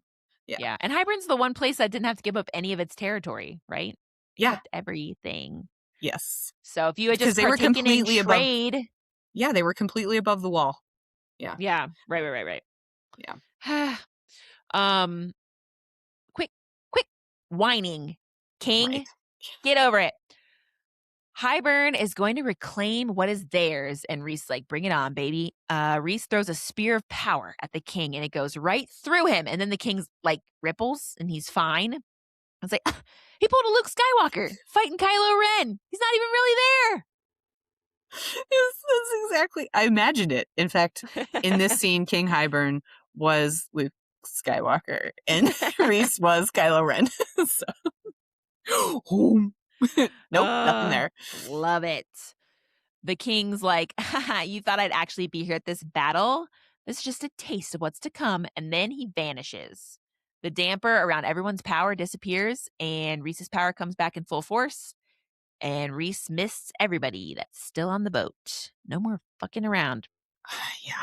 Yeah, I love this little quote. It said, "He gave them the honor of lifting their blades first." Like, I'll let you think you still got some power. And I wish that Hybern's loyal followers would have seen how he fought this battle and then just left his soldiers on the ships to get got. Yeah, sacrifice them all. Good point. Yeah. Feyre regains consciousness. Moore is shaking her awake. Rhys kicked Feyre out of his mind, telling Feyre she'd been in there too long. Of course, Feyre throws up because she has a weak constitution. Just kidding. She did just see a bunch of people get misted and stuff. Plus, she was heavily involved in a horrific battle for many hours. So, okay, I will accept your vomit. Hmm. Moore is like, I remember my first beer, and leads Feyre away. She's like, yeah, war is terrible. Yeah. Feyre is noticing that everyone's power is back, so Feyre can see Tarquin is using his water magic and pushing the Hybern fleet away. Feyre tells Moore that the king was here, and she doesn't explain that it was just an illusion of him. It's like you'd think Moore would have pushed for more information about that, but she does not. Yeah. And it was just, when you pointed this out, I was like, Feyre we continue after this little scene that she keeps having just these like internal thoughts about how worried she is about everything that's going on and kind of what she just experienced. But Mm-hmm. Moore never follows Yeah. up on any of this. Um, Hmm. and so then I was like, gosh, did she like right after Feyre said that and then went quiet? Like, did she try to mind speak to Rhys to like contact him? Like, how did she just know that everything was swell and fine? Like, Right. if in this Yeah. situation, Feyre's like, King Hybern is here, Right. was And here. Moore just Like, goes, what? and Moore just goes, okay. Yeah. What? I don't, yeah. Yeah. And I mean, have we ever established like if if they can talk to Rhys, or does Rhys just send them messages? That's, again, Right. unclear. And Because you would think if they could talk to Rhys like that, Feyre has the same kind of powers. They could talk to she's her like that, and that never right, happens. right.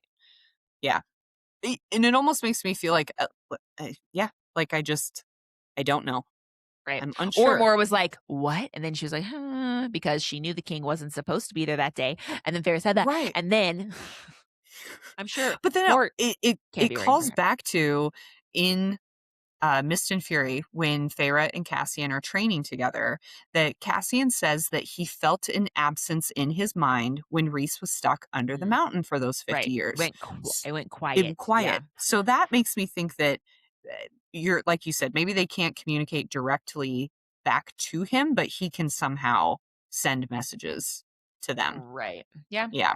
Yeah. Maybe. I Maybe. mean, we know he can at least because he like sent down. He told Right. them like about what was happening under the mountain and that he like wasn't coming back to Valaris and whatever. Right. True. True. True. True. So there Yes. is that. Yeah. Um, but yeah, okay. All that being said, the king wasn't really there. No wonder Rhys wasn't able to attack the king's mind. Mor and Feyre return to the palace, and Feyre is reluctant to search down the bond for Rhys because she doesn't want him to see her in this state. She's still recovering from her shock and, you know, horror of what's been going on. Feyre's kind of having, one of those movie moments. Everything's muffled, etc. She's dealing with the aftershocks of all this. After the horror of battle, Feyre is like, okay, I can see why some people would choose to bow to Hybern rather than participate in open warfare. War sucks. It's horrifying. Who freaking knew? Feyre realizes that war forever changes someone, and the marks on her soul will always be there, even if peace is achieved and cities are rebuilt. But for her home, for Prythian, and for the human territories, Feyre will do this again and again and again. And her inner thoughts on all this just felt so heavy. I truly can't imagine going Yeah. through this. Like you said, I don't ever want to be in middle of a battle or anything like that. No. Especially just because Feyre has brought this up quite a few times, but the only time she'd ever previously killed anything was survival. And so this felt just so brutal compared to what she's done Yeah. before. Yeah. Right, right. I mean, I mean, she has killed other things before. But yeah, this is, I mean, definitely the worst in its mhm. actual large scale warfare and not. Not just like one on one, like she knew the twins were bad and evil and it was in self defense Right. and she kind of needed to in order to survive. This was like nameless, just I'm against you, you're against me kind of, and I have to kill you Yes. because of Yeah, that. yeah, yeah. Yeah.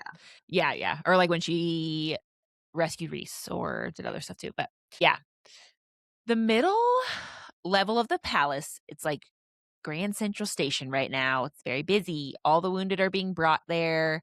Feyre is taking in the surroundings, and then she sees Varian. He's also covered in blood, and he starts to slowly walk toward Mor and Feyre.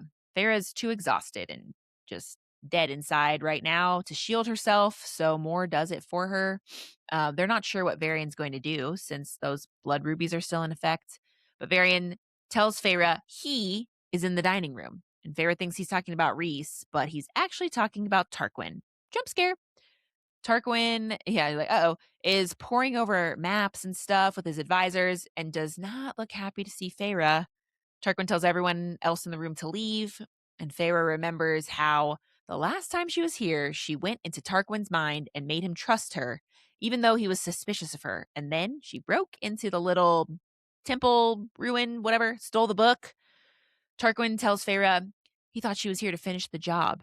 Feyre's confused, and Tarquin explains, I heard Tamlin took you, and then the Spring Court fell, and their people were in revolt, and you disappeared. And then Hybern shows up, and then the Illyrians showed up. Tarquin thought the Illyrians were in league with Hybern and had come to finish the Summer Court off. So Varian didn't tell Tarquin he was in touch with Amren. Feyre assumes Varian was just warning Amren, not calling for aid. Cute. It's so cute. I know. Super cute. And also probably super not supposed to be doing that since Yeah, Aaron right. has a blood ruby on her head. So yeah, probably not supposed to be communicating. So Yeah. then now like Tarquin is like, of course he probably is like, what the heck are all these Illyrians doing showing up? Like he didn't call Right. for help from the night court. Yeah. Like I would Yeah, be yeah. Yeah, suspicious as well. Yeah. totally. Mor jumps in, saying we'd never ally with Hybern, but Tarquin doesn't want to talk to Mor. He wants to talk to Feyre Archeron. Excuse me, how did you know Feyre's last name? Good Can't question. remember if I she. can't remember if she said that in Who when they met knows? before. Yeah. Yeah, I don't know. Tarquin wants to know why. Feyre isn't sure what he means. Okay, can we normalize providing context for our questions, please? Feyre is like, is he asking why I stole from him, or why I lied to him, or why am I back, or all of the above? So Feyre just responds, our dreams are the same. And Tarquin asks if that justified stealing from him. Ooh. Rhys winnows in. and says, "My mate and I had our reasons," aka, yes, that is how we justified that, and we do it again. I know. I mean, Rhys kind of, he does say this later, but I wish that he would have just said, come to the High Lord meeting and find out. Let me, let me tell you all the things Yeah, when you come, right. please. If Yeah. you want to know, I'll tell you later. Hmm. Feyre is so relieved to see Rhys, and she asks down the bond about Cassian and Asriel, and Rhys tells her that they're tending to the wounded and setting up camp in the hills. Feyre can tell Rhys isn't happy, but he's fine overall. He's just annoyed with himself that he didn't realize the king was an illusion. Tarquin's pissed, and he says, "When you went into the spring court and deceived Tamlin as well about your true nature," because Tarquin also feels deceived by Feyre. "When you destroyed his territory, you left the door open for Hybern. They docked in his harbors. No doubt to wait for the wall to collapse and then sail south." Tarquin snarled, "It was an easy trip to my doorstep. You did this." Excuse me? Tamlin led Hybern in all by himself. He allied with Yeah. them so he could take Feyre back. What are you talking about? But I'm assuming Tarquin doesn't know that, and for whatever reason, Rhys does not correct him right now. You'd think you'd Right. clear that up. I know. Just why not set the record straight right now about that? Right. You are in the process of trying to gain allies, and having another seasonal court on your side would be good. I mean, you already really Yeah. fucked up a potential alliance with them. This could be your chance to like get some better ground with them, or at least Yeah. Make plant the nice. seed that, yeah, like maybe we could be Mhm. trusted. We just came and Right. saved your asses. Yeah. Yeah, totally. Yeah, instead of being like, no, Tamlin did that, Rhys just says, "Hybern makes its own decisions." Basically, we're not responsible for their actions. Rhys tells Tarquin he'll leave his troops in the hills until the city is secure, and Tarquin's like, "Oh, you gonna steal anything else before you go?" Good one. Yeah, I know. Rhys is really tense. Like he's trying to decide if he's going to explain himself or apologize. Feyre jumps in though, quote, saving him from this decision, and tells Tarquin to tend to his wounded. Tarquin's like, "Bitch, you joking? Don't tell me what to do. I'm a high lord." And Feyre's just like, "We're at your disposal." And she walks out. I was like, Feyre, respect your elders. That would be the thing that pissed me off the most if Feyre's talking to me like that. Like, "Excuse me, small child, what are you saying to me?" Like, what the fuck? Um, I know. And I think that, well, it was very interesting because I, I kind of had at this point in time that I feel like Feyre is still has not like emotionally regulated, and she just doesn't know, like I think she's mm, still in shock a little bit. So cuz I felt like some of her, she just keeps saying like, I didn't know what to say. I didn't know what he was asking. It's like she's not doing, like I just yeah, didn't think that she was like interpreting what was happening very well because she was still in shock. But like the things that she said, like, why are you kind of like being like, okay, tend to your wounded and like we're right, here. But I also kind of felt like, like when she said we're at your disposal was more of like a, we're here for whatever you need, like just send word kind of thing. Like right. you may be still really mad at us, but we still will come to your aid if you need us. I mean, it's like Yeah. I'm making excuses for her, which maybe isn't fair, but that was kind of more of my interpretation of it, of her just kind of like being in shock and not really having like a eloquent way of responding or saying things. And she's very young. She has no idea what to say or do in these situations. Right, She hasn't right. been in war before. Yeah. So, Yeah, totally. I mean, the at your disposal thing is fine, right. but her being like, I mean, it felt very dismissive. Like, he's jabbing Rhys, they're having a Hmm. little fight, and she's like, "Tend to your wounded. Stop." Hmm. Like, mind your business, basically, or like, you have more important things to worry about. And it's like, girl, Yeah. what the fuck? Okay.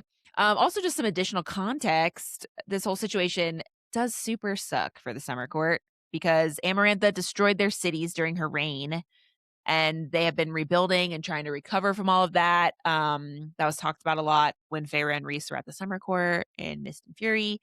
So to be attacked again, it's just like insult to injury, really. Not to mention, like, of course, all the people that died and like the damage. Um, but I guess it's like a strategic place to attack because the Summer Court's on the coast. There's like not really any other court you can uh I don't know, The like, gets you like that. Like, I don't even know if there's a spring court city, like, on the coast like that. It's like and the it summer doesn't court is sound yeah, it doesn't sound like there is, like, just based on what and I think if we look at the actual map, like, Hybern's borders are closest to the spring and summer courts, like, it mm, doesn't go as yeah, far north as, like, the winter and the dawn, day, and night courts. So, like, those are really more right. their direct, neighbors across the sea compared to the other Yeah, courts, so, right, yeah. and the summer court was I mean, they did try, like, open rebellion, right? Yes. And they were Yes, gonna Amarantha. Mhm, mhm, yeah, and yeah. so that's why she retaliated, and so I guess it would make sense too to, like, Hybern knows that they're They're gonna not be against him. They or, yeah, that most likely they're gonna be siding against him no matter what, yes. so, yeah. Yeah. Yep, yep, yep, yep. So, okay, Feyre. As Feyre's walking out, she hears Rhys telling Tarquin he didn't have a choice. Class. Yeah, we've heard that a lot. I know. And they stole the book to try to prevent this very thing from happening. And Tarquin's just like, get the fuck out. And we don't need your troops either. Now that Hybern doesn't have the element of surprise, the summer court can take care of it. So Rhys tries one last time to convince Tarquin to come to the High Lord meeting by telling Tarquin that this is just a fraction of Hybern's power and all the courts need to join together. Tarquin's not ready to play nice yet, and he tells Rhys to leave again. And Talicia's dog, basically, he's like, tell Feyre not to give High Lords orders. And Rhys is like, Feyre can do whatever she wants. She's a high lady. Mic drop. Ooh. Oh, boo, boo, boo, boo, boo. And Tarquin's just like, you freaking would. So Rhys walks up to Feyre and gives her a kiss on the temple, and they winnow away.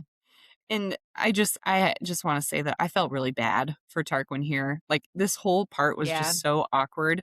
So, think about this. Feyre last saw Tarquin, what, 3 months ago? Maybe? Yeah. Before you know what I mean? Like, Was it it's really been only that long?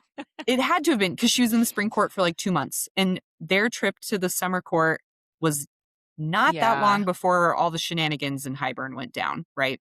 So, Yeah. 3 months ago, Feyre shows up, flirts with Tarquin, leads him on a little bit, and now you're mated and high lady in a totally different court. So you deceived him, you stole from him, and then Feyre and Rhys are just being like, "Yes, we would still have done the exact same thing Yeah. in Like order one to." lie after Yeah, another. yeah. Yeah, So that does suck. E it's like, "Oh, Tarquin." Right. Mm, And her yeah. stupid, like, I could love you, but I you're my friend. Ah, no, eek, yuck, stop it. I don't like it. yucky. Yeah. All right. The Illyrian camp stays in the hills above Adriata because fuck Tarquin. Just kidding. It's because most of them are too injured to leave just yet. Azriel's holed up. He's trying to get as much intel as possible. Hybern retreated across the sea rather than back to the spring court. That could come back to be significant, maybe. Yeah, Hmm. interesting choice. Mhm. There's also no sign of other forces waiting to strike or anything, and no whisper of Tamlin or Jurian. Where are those mofos? Cassian has been a constant presence, walking among the wounded and giving them encouragement. He's healing those that he can, but he doesn't have extensive healing ability. Rhys is also walking among the soldiers, checking on people and playing his High Lord role perfectly. Everyone's looking to him for strength or whatever. The loss of life is terrible, but they were ultimately victorious and able to drive Hybern back. So Rhys is still in his Illyrian armor, but his wings are gone. He had put them away before he met with Tarquin.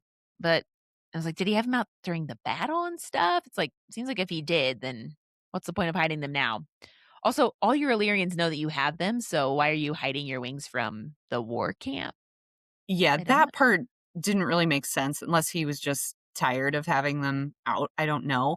know. And the only thing I could think of is, like, he talks about a little bit with Feyre that, all high lords have, like, a beast form. So I didn't know if, Oh, yeah. like, he could have previously kind of said that his wings he could conjure as part of his beast form, and then just like, well, my mom was half Illyrian. Of course, my beast form includes Yeah. Illyrian. You know what I mean? Like, see if that was maybe kind of Yeah. something that he could have Interesting. said. I thought that was kind of because that's even what he said to Feyre. was that we all have our Right. beast form, and like his wings are part of his beast form as well. So Mm-hmm. I want to know what yes, the other beast forms are. I know, because Tamlin's is like weird, I like know. Amalgamation of a bunch of creatures. yes, yeah. So Right. And then also, right. And then that was another thing that always makes me annoyed when Feyre is like, I can't shift. It reminds me of Tamlin. I'm like, if who all the other cares? High Lords are able to turn into beasts, shut the fuck up. And like we said, be a dragon. Come on, Yeah, be pick a something cool. cool. Yeah, gosh, Ugh. You can make yourself into anything. right. Feyre is also walking among the injured. She's carrying water, bringing new bandages. She's holding people down while they're being healed, etc. And she's she's being like, as quote, I knew many of them looked to me, their high lady, but I could not muster Rhys's ease, his quiet triumph. Of course you couldn't. You're 12. Also, you've been high lady for like 2 months tops. And for most of that, you weren't even at the night court. Do these people even fucking know who you are? They're probably just like, who is this woman? Also, why would they look to you? I thought Illyrians hate women. Right. And double also. So also, you just being there has got to speak volumes. You do not need to also give them empty platitudes. Like a leader's support just physically would hopefully be noticed and appreciated. Like you're just Right. there, which is going to you're tired and Yeah. exhausted and you're helping tend to the wounded.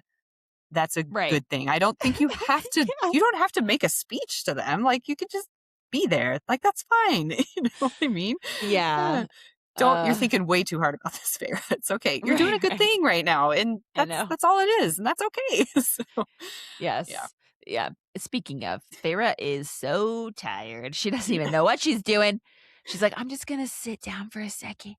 Next thing you know, she wakes up in a tent. She's been asleep for 3 hours. So funny. Yeah. Rhys is in the tent too, and he tells her to go back to sleep, but of course she won't. Rhys asks how she's feeling. Feyre can't decide yet.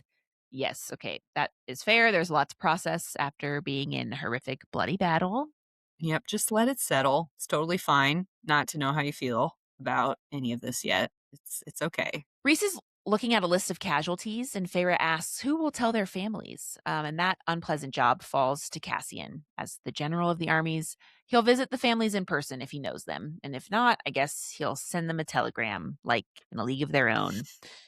Mew. Hmm. Rhys says, the king only came today to taunt me. The library attack, this battle, it was a way to toy with me, us.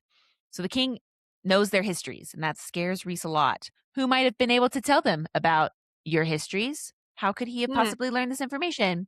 Like he knew the library was important to Rhys, and that's why he infiltrated it, not just to get Nesta. And this just concerned me that Hybern has a significant spy network that they're unaware of.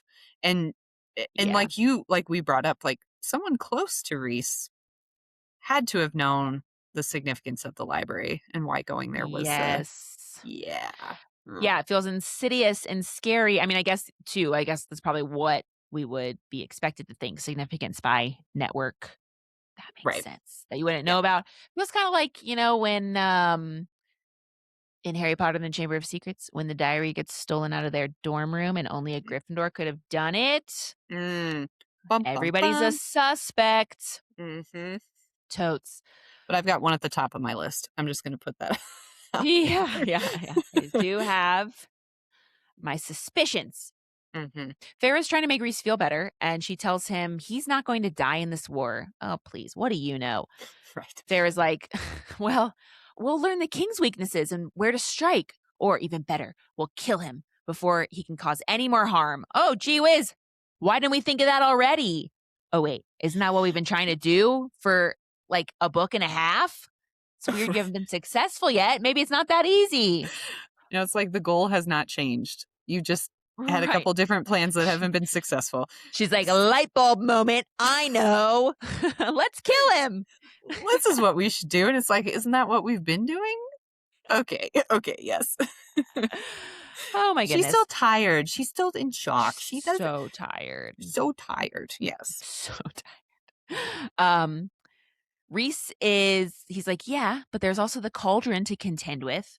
bottom line is they need allies. And so it is decided. They'll move the High Lord meeting to 3 days from now. I'm not sure like how far away it was still supposed to be. Feyre tells Rhys she loves him because he's just so sad pants right now. Quote, his head lifted, eyes churning. There was a time when I dreamed of hearing that, he murmured, when I never thought I'd hear it from you. He gestured to the tent, to Adriata beyond it.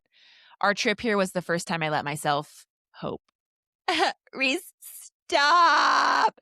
To the stars that listen and the dreams that are answered. I can't. I can't. I can't. I can't. Oh, also, why do you like Feyre? I don't get it.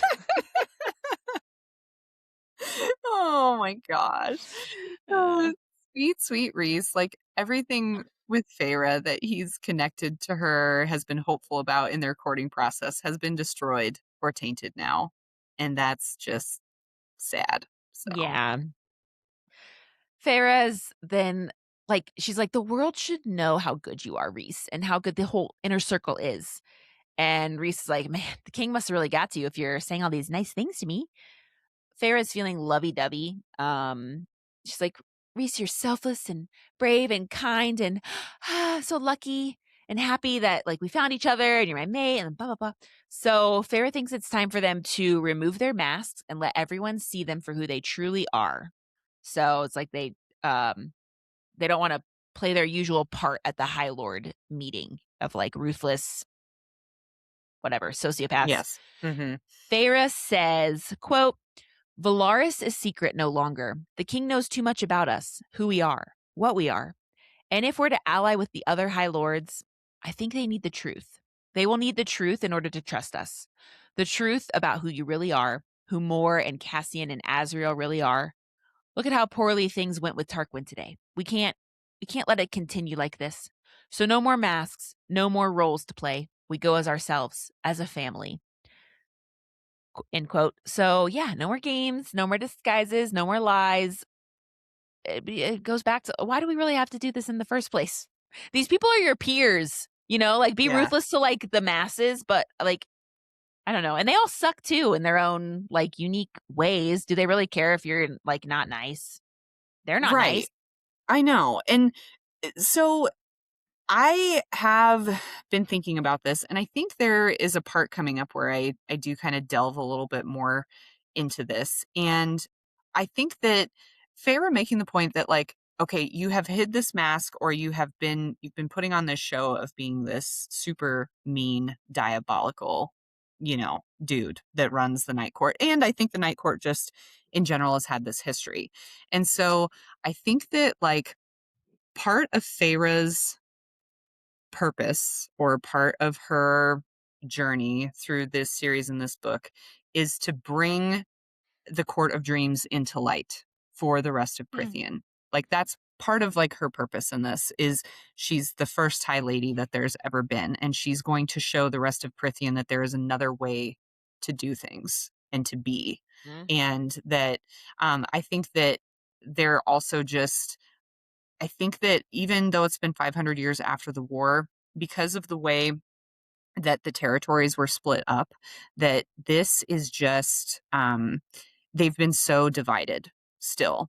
Like each court has its own way of ruling things. I mean, look at Tamlin Yeah. in the Spring Court still does the tithe, and nowhere else Mm-hmm. does that. And then, Rhys is slowly but surely trying to get the Illyrians to treat women better. So it's like all these things, but I think that she is the catalyst of change in Mm. Prithian. So that's my theory on Feyre with all of Yeah. this. And I guess in this part, just to say that it's Believe it. time to bring the walls down. It's time to just truly be a united force, like we should have been since the war's been over. Yeah, Yeah. I like it. yeah. The end. So Right, right, right. yeah. Feyre, fulfill your purpose and get out of my face. Um, just kidding. Okay. So yeah, who knows? They haven't tried the being honest strategy before. Maybe this will help them be victorious. And it seems like the opposite of what Hybern expects. So add a bonus. Farah's waiting for Rhys to tell her that this is a dumb idea, basically, and that Feyre's just young and inexperienced and knows nothing about politics or war. I mean, two things can be true. Yeah, right. Yeah. Ha! But Rhys doesn't say that. He's like, well, they might be mad that I was lying to them all these years. And she's all like, well, we'll just tell them that we understand their feelings and that we had to do this in order to protect our people. And Rhys realizes that she's talking about showing them the Court of Dreams. Are there no other nice cities in Prithian? Like, what truly makes Valaris so special? Is it everyone's equal across the board, and that's not the case anywhere else? Like, everybody has, Yeah. I I think, guess, the land of dreams. and it does sound, we don't see a ton of other major cities necessarily. Like the Springcourt Manor sounds like it's kind of secluded. We do see a bit of Right. Adriata, still pretty sanctioned, or, big differences in High Fae versus Lesser Fae there. So Right. yeah, it like Valaris is truly like the most blended and most well advanced, it seems, city in all of Prithian for Yeah. that type of thing. So yeah. Right, right. Okay. So yeah, they're gonna show Valaris to everybody, their allies and their enemies. And I was like, okay, so are the borders gonna open too? Like, and if so, what is really the point of restricting the Court of Nightmares? Because when you show Valaris to everybody, they're gonna be like, I want to go to there. Yes, right. Yeah, I Hmm. agree. It'll be interesting to see how that plays out. Yeah. Mm, Hmm. mhm, I'm hmm. intrigued. But okay, great. That's all solved. Now to decide what they will tell the other High Lords about Feyre's powers. The King of Hybern seemed to suspect, like I said, where Feyre's powers came from, and Feyre says, quote, I think they'll see the revealing of our good sides as manipulative if it also comes out that your mate has stolen power from them all. Again, with the stolen. If the king plans to use that information against us, we'll deal with that later. And then Rhys says, technically, that power was gifted, but you're right. We'll have to walk a fine enough line regarding how we show ourselves. Spin it the right way so they don't think it's a trap or scheme. But when it comes to you, darkness blotted out the stars in his eyes, the darkness of assassins and thieves, the darkness of uncompromising death. Stop it. Touch her and die. Yeah. He says, you could tip the scale in Hybern's favor if any of them are considering an alliance. Baron alone might try to kill you, with or without this war. I doubt even Eris could keep him from it. End quote. What? You literally just said no more lies, no more games. We tell them the truth of who we really are. Like, I don't even know what to do with this. And it's like, I mean, I guess they're still deciding how much of the truth, but why are you even pretending in this first little monologue? Like, we tell them the whole truth and nothing but the truth. No, not even like actually take backsies. Like, let's not tell them the whole truth. It's just like immediate, like, just kidding. We're not doing that. But yeah, I don't know. Just another perfect example of like, I'm a really good person. Let me do this morally ambiguous thing. Immediate contradiction. Thank you very much. Oh, and it's so hard for me because, like, we've kind of talked about this. It's like, well, we're protecting Feyre, so us deceiving Right. them is okay. Right, It's right, right. so like I can understand like the thought process behind it. But I think what's hard too is like I think truth bomb after truth bomb is already going to be risky for them Yeah. to expose this. And I think that multiple High Lords really could want to kill Feyre on the spot if they find out that she has their powers. But Mm-hmm. it's not like those powers were taken and these High Lords don't have access to them anymore. They still have power, Right. unfathomable amounts of power. So Yeah. them getting all pissy about that is just silly to me. And I've been thinking about this very heavily. And I think that we may have been too lenient with how ruthless, tricky, and secretive Fae are naturally. So I think Rhys is kind of like, listen, one step at a time. Now that you're immortal, we have centuries to hopefully fill everyone in on everything with you. Or not. Like, we don't have to tell them like what powers you have. We don't even know Mhm. all that they could be. And if we didn't need to potentially utilize you in this war, like we may not have ever needed to disclose this information anyway. Mhm. I don't feel like they know all the powers that each other has anyway. Like they don't Yeah. all know like the specifics of each one of their powers. So, and then just, I'm just so happy that Rhys finally said aloud what we have been saying, that like, okay, those powers were technically given, not taken. Right, right, So right, like, right. round of applause for Rhys in this little Yes. section here. Yeah. Yeah. Yeah, there's a couple things too. It's like, again, with the powers, it's such a minuscule amount, one would assume you guys don't even Hmm. know that it's gone. But Exactly. I can also see, like, her getting a little smidge of power from everybody Everyone and being creating this dangerous new right, and if she's more powerful than them, like, that's a threat to them, to blah, blah, all of blah. them. Yeah, it Yeah, could yeah, be. yeah, yeah. Yes. Yeah. And I think that and, maybe an advantage, like, I can fight you better because I have some of your power than Or somebody else like, could fight you. I can counteract all of your powers because I have Oh, right. something from everybody that like, I would assume, for example, that like fire from the autumn court versus ice in the winter court, like that's a tough battle between the two of them. But Mhm. if Feyre's like, oh, well, I can not only like beat your fire with ice, but I can also use my wind power to take all the oxygen out of the air so your fire doesn't work. Mm. Or, like just being Yeah. able to kind of have the ability to attack from so many angles is what's Yes. concerning. Yeah. Yeah, and she was able to, like, what? Untangle the wards in Hybern. Nobody else Yes. has been able to do that. I think ultimately the fatal flaw here is that instead of being on Feyre's side like I'm supposed to be, I don't like her, and so Yeah. I don't give a shit if she's Yeah.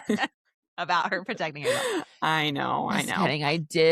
Okay, I know what I'm supposed to be doing, so, but yeah, But I know, and I'm it's hard just because pointing when you do, out. because first time reading through this, you don't feel, I mean, I didn't feel these things about any Mhm. of this, but it's like when you start like going through and like combing through and reading and going in more in depth, you're just, and you stop and think like, why? Like it Yeah. does. You just like, you're having this conversation about morality and telling them the truth. And then 2 seconds later in the same conversation, you're like, but this is going to benefit us better. So let's Hey. not actually Yeah. do all of that. Let's just do a little piece of that. So yeah, Mhm. yeah, I know. Totes. Yeah. Yeah. Um, so they decide to keep all of Farrah's powers hidden, except for the ones she got from Rhys, because it would be expected that as his high lady, that she would have gotten some powers from him.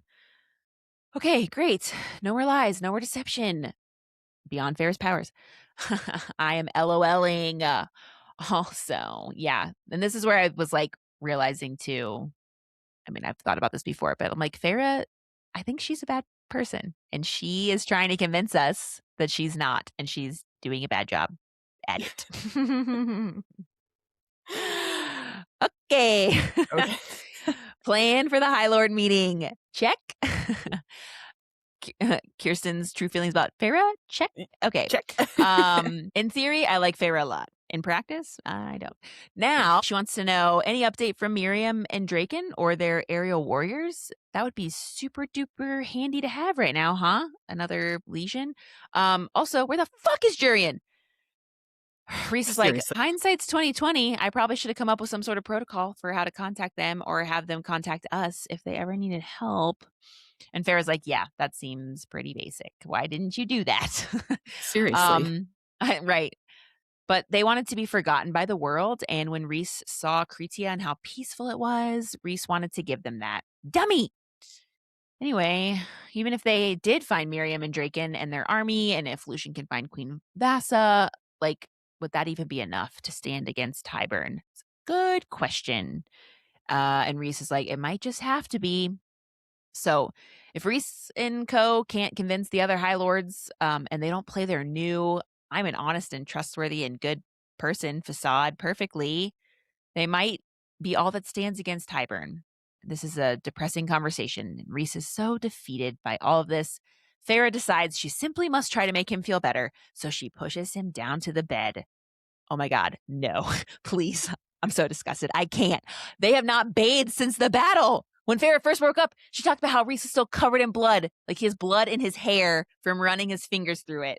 Feyre also made a comment about how dirty her fingernails and like the fingernail beds were. It's beyond the pale. Unacceptable. no reason for this. Made me laugh so hard.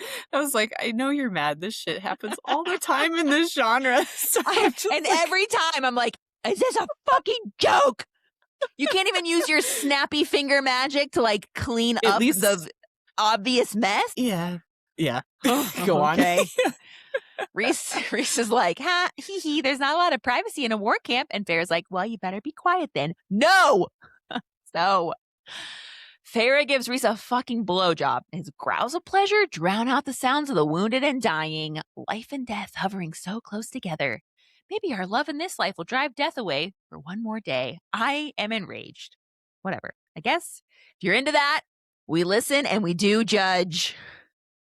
I mean, what better way to feel alive after all that death, though? Okay. I know what you would be doing after a battle. I mean, maybe. I don't know. I might be happy to feel alive. I don't know that I would feel I don't think I would I don't know. I don't think it would get me going, like the thought of the battle, but it's just the being alive part, maybe. Okay. I guess I mean, I would want to be intimacy clean of though. this Let me just put that. act- Yeah, I would Yeah, want to be I clean. would prefer. Let me just preface that. Mhm. Yes. Yeah. Mhm. Yes. I guess those Illyrian leathers are just impenetrable. But how well do they breathe? Okay, you know what? I could get on board, I guess, with like, what kind of position are we in, right?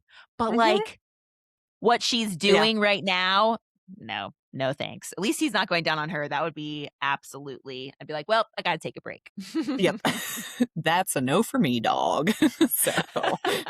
Okay. So the next morning, they winnow back to Valaris. Cassian and Azriel are off doing Illyrian things still, and Amren and Nesta have been waiting very impatiently for everyone to get back so they can get an update. Moore goes, there was a battle and we won. Wow, thank you for providing the absolute bare minimum of information. Amren's like, fuck you, we know that. What happened with Tarquin? Feyre's like, well, he didn't try to kill us, so there's that. Rhys knows what's up, though, so he tells Amren the royal family's all alive, and so is Varian. And Amren finally relaxes a little bit. She's also wearing the necklace that Varian sent her. I was like, how sentimental of her. My goodness. Which is so out of character for her. It's right. It's like, oh, they really like each other, I guess. Mm-hmm. Yeah. Nesta, though, is still all stiff and anxious, and she finally breaks and asks where Cassian is. And I was like, oh my God. Nesta and Cassian sitting in the tree. Kissing. So funny that we both are like, oh, between Amren and Varian, and then now, yeah, I know, yes, I love it. Yep. I was like, hey, you stole my joke.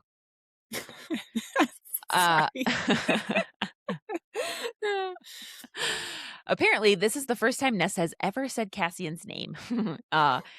Feyre's like, why is Nesta acting like she's worried? She cannot possibly be. And Moore jumps in and just tells Nesta that Cassian is busy. She's mad. She and Nesta have an epic stare down, and Feyre's considering the implications of this about how Moore's never really cared about Cassian's lovers, but maybe Nesta seems more important, or like she has more power over Cassian. It's like he's more serious or into Nesta than he's been with others in the past. And for me too, like, it didn't feel truly like jealousy. It was almost like a sisterly vibe, like, don't hurt him kind of thing. Like, because I think everyone realizes that Cassian has a crush on Nesta. So she was kind of like, hey, don't be coming around asking about him and pretending like you care and checking if he's okay if you're just going to like turn around and continue to be a jerk to him like you have been. Yes. That was kind of how I interpreted that little standoff between the two of them. Yeah. I can see that for sure. This also feels like a good time to tell you that I've decided Cassian is my favorite, or one of them. I trust him the most. I don't think he's hiding anything. He wouldn't have let I was like, Azriel and Rhys purposefully kept the Kier and Eris situation hidden from Cassian because he would have absolutely told Moore and not let her go into that situation blind like she did. Like, he just seems like a legit good person. Yep. I can't wait for Silver Flames. Silver Flames. I know. Get me to church. Yes. So, also Feyre is thinking like maybe Moore is realizing there's a real possibility Nesta might actually take Cassian away from the alleged Moore Azriel Cassian love triangle that Feyre is pushing, and Cassian will no longer be a buffer between Moore and Azriel. Sarah J. Maas steals another line from Lord of the Rings, and Moore tells Nesta to keep her forked tongue behind her teeth when Cassian gets back. Also, Feyre is not defending Nesta here. Hello? That was an actual insult. What's going on? Rhys makes a little jokey joke, and Feyre jumps down his throat. Moore wants to fight Nesta, and Feyre has zero thoughts. Make it make sense. I know, right? I was just thinking, like, Rhys's innocuous joke when Nesta is not present versus Moore being outright hostile to Nesta's face. And Feyre just is watching the whole thing happen. Again, I think she's jealous of Nesta. Yeah. Like, and also, like, no one can be mean to my sister but me, but here, maybe she feels like Moore is, I don't know, valid in her. I don't get it. Why she doesn't say anything. Yeah. I guess I could get that too. Like, Yeah. I don't know. I mean, I know. like Cassian's another person that Feyre is like, I was his friend first. Mm-hmm. Yeah. He shouldn't pay attention to you. You. Who knows? Let's see. Rhys breaks up the impending catfight, and he tells Moore to go send out dispatches telling the High Lords they're going to meet in 3 days. Pick a place. No more trying to make everyone happy with the location choice. So Moore leaves, and Nesta and Amren go back to what they were doing before, which was Amren teaching Nesta how the territory lines were formed between the courts. Feyre and Rhys have a little secret bond exchange. Feyre goes, they've also taken up history lessons, and Rhys makes a joke about how he's surprised they haven't burned the house down or whatever. Feyre has to stifle her laughter. She and Rhys go upstairs. Here's another example where I think Feyre is jealous. Amren never gave Feyre a history lesson, and it does seem like Rhys is trying to deflect, and he's like letting Feyre be a mean girl because she's sad that Amren never gave Feyre special doting attention. Like, that's how I'm interpreting it. Also, please tell me how the borders between the courts were formed, Amren. I would like to know that. Yeah, I will sit in on that lesson as well. Please and thank you. I'll be at the front row. Tell me. Seriously. Be asking questions. They also hear Amren murmur to Nesta, quote, Cassian has gone to war many times, girl. He isn't general of Rhys's forces for nothing. This battle was a skirmish compared to what lies ahead. He's likely visiting the families of the fallen as we speak. He'll be back before the meeting. This was nice. It was. Amren just making sure Nesta is like, Nesta's she's like, I'm just gonna say this. I'm gonna put this out in the universe. Okay. Right. It's just a thought I had. Yeah. And Nesta pretends she doesn't care. Right. Yeah, exactly. LOL. Once upstairs, Feyre tells Rhys down the bond that they need to go back to the prison now, and the two of them winnow straight there. They're in the bone carver's cell. Feyre doesn't have a bone this time. Oh, I'm sure that's not going to be a big deal or anything. Also, now it's totally fine you and Rhys are together. Sedate me. And not in like a happy, heated rivalry way, but like in I'm annoyed way. Oh my gosh. I love this analogy so much. So much. So this, I think I texted you after I listened to our last episode, or I was editing or something. And I was like, I think Rhys let Cassian go before to curb his curiosity about the prison and like meeting the bone carver in person. And he like made it a pretense that him and Feyre couldn't be seen together there, like for Cassian's benefit, but also remember that he was going to meet with Azriel after he was spying in the Autumn Court. So Rhys needed to go and talk to Azriel because he knew that he had been caught by Eris. So he needed to talk to him before going to the Court of Nightmares to meet with Kier to find out kind of what all the Autumn Court knew and kind of what happened while Azriel was there. So it may have been like a little bit of like oh yeah, we can't be seen together, Feyre. You need to go on this super secret mission. But I actually think there was other reasons that Rhys didn't actually go with her. Yeah. That makes sense. Yes, and also along those lines too, it's like when Azriel and Cassian rock, paper, scissors for who's going to have to stay behind. Yeah. Like Cassian actually could not go to the Court of Nightmares because he also would have been blindsided. And yeah. Interesting. How did Azriel what I guess they used the shorts Like, did they actually like draw straws or something? He like You rigged know, it. well, they talk about that, like, I can't remember. There's not what the term was that Sarah used when she was writing it, but it was something like Mhm. they they played some kind of game or they did something to determine who. So that's why I kind of joked it was Rochambeau, you know. Right. And I was Yeah, I like, wonder I wonder too. if Rhys was like telling Azriel what to pick, so that Yeah, Cassian would yeah. lose, or something like that. I don't know. That's funny. Yeah. Yeah, or if she just said, like, "He drew the short straw," and Hmm. we're interpreting it like they Right. actually played a game, but really he was just like, "Cassian, you have to stay." And he was like, Yeah. Exactly. Yeah. "Oh." So Feyre just goes into the bone carver's cell with no lube, and she demands the bone carver pick another object besides the Ouroboros to trade with. Feyre, that's not how that works. You want the bone carver's help, you get the thing he asked for, even if it's impossible. Yeah. What? I know. Just demanding. She's very demanding with this Yeah. instead of like, yeah, yeah. She's just like, pick something else. Hmm. Rhys is standing out in the hallway, which piques the carver's interest. They're hoping Rhys's indifference will like hurt the carver's pride or something. I don't know. Seems like a stretch. Hmm. The bone carver, he's loving that Feyre and Rhys are all covered in blood and death and stuff, so they smell really good to him. He might not remember that he's a death god, but his nose does. His yeah. um, Feyre thinks that Hybern knows all their allies and strategies, and like maybe there's a shred of hope the king won't see the bone carver coming. Once again, explain why the fuck you want the bone carver. There's lots of other monsters in this prison. The bone carver doesn't even want to be involved. Give it up. Find someone else. Like, what? And I'll just put all my eggs in the he's most likely to be somewhat controllable basket for this one as to why I use him. And he's a death god. So I feel like he could legitimately help them in the war. So I think that he's like not a bad pick, even though I kind of joked in the last episode they maybe should try to go get the Weaver and Koshi to help them because it doesn't seem like Carver is quite as powerful as them. But Anyway, sucks to suck, Feyre. The carver only wants the Ouroboros. The mirror is a window to the world. That's what he wants. Feyre's like, I could offer you so many other things. The fuck you can. Please shut up. Also, why is it getting weirdly sexual in here? It says her voice turned low and honeyed. What other thing are you offering or trying to achieve? Are you trying to seduce the bone carver? To quote Nick from New Girl, are you an idiot, Sam? and see, I took her tone as like she was trying to backtrack from being so demanding when she initially stormed in, like, "Ooh, whoopsie, I might have pissed you off, and we still need you." Like, Yeah. not in a sexy way. That's not But like, how I so low and honeyed though, like that. Yeah. I was like, what?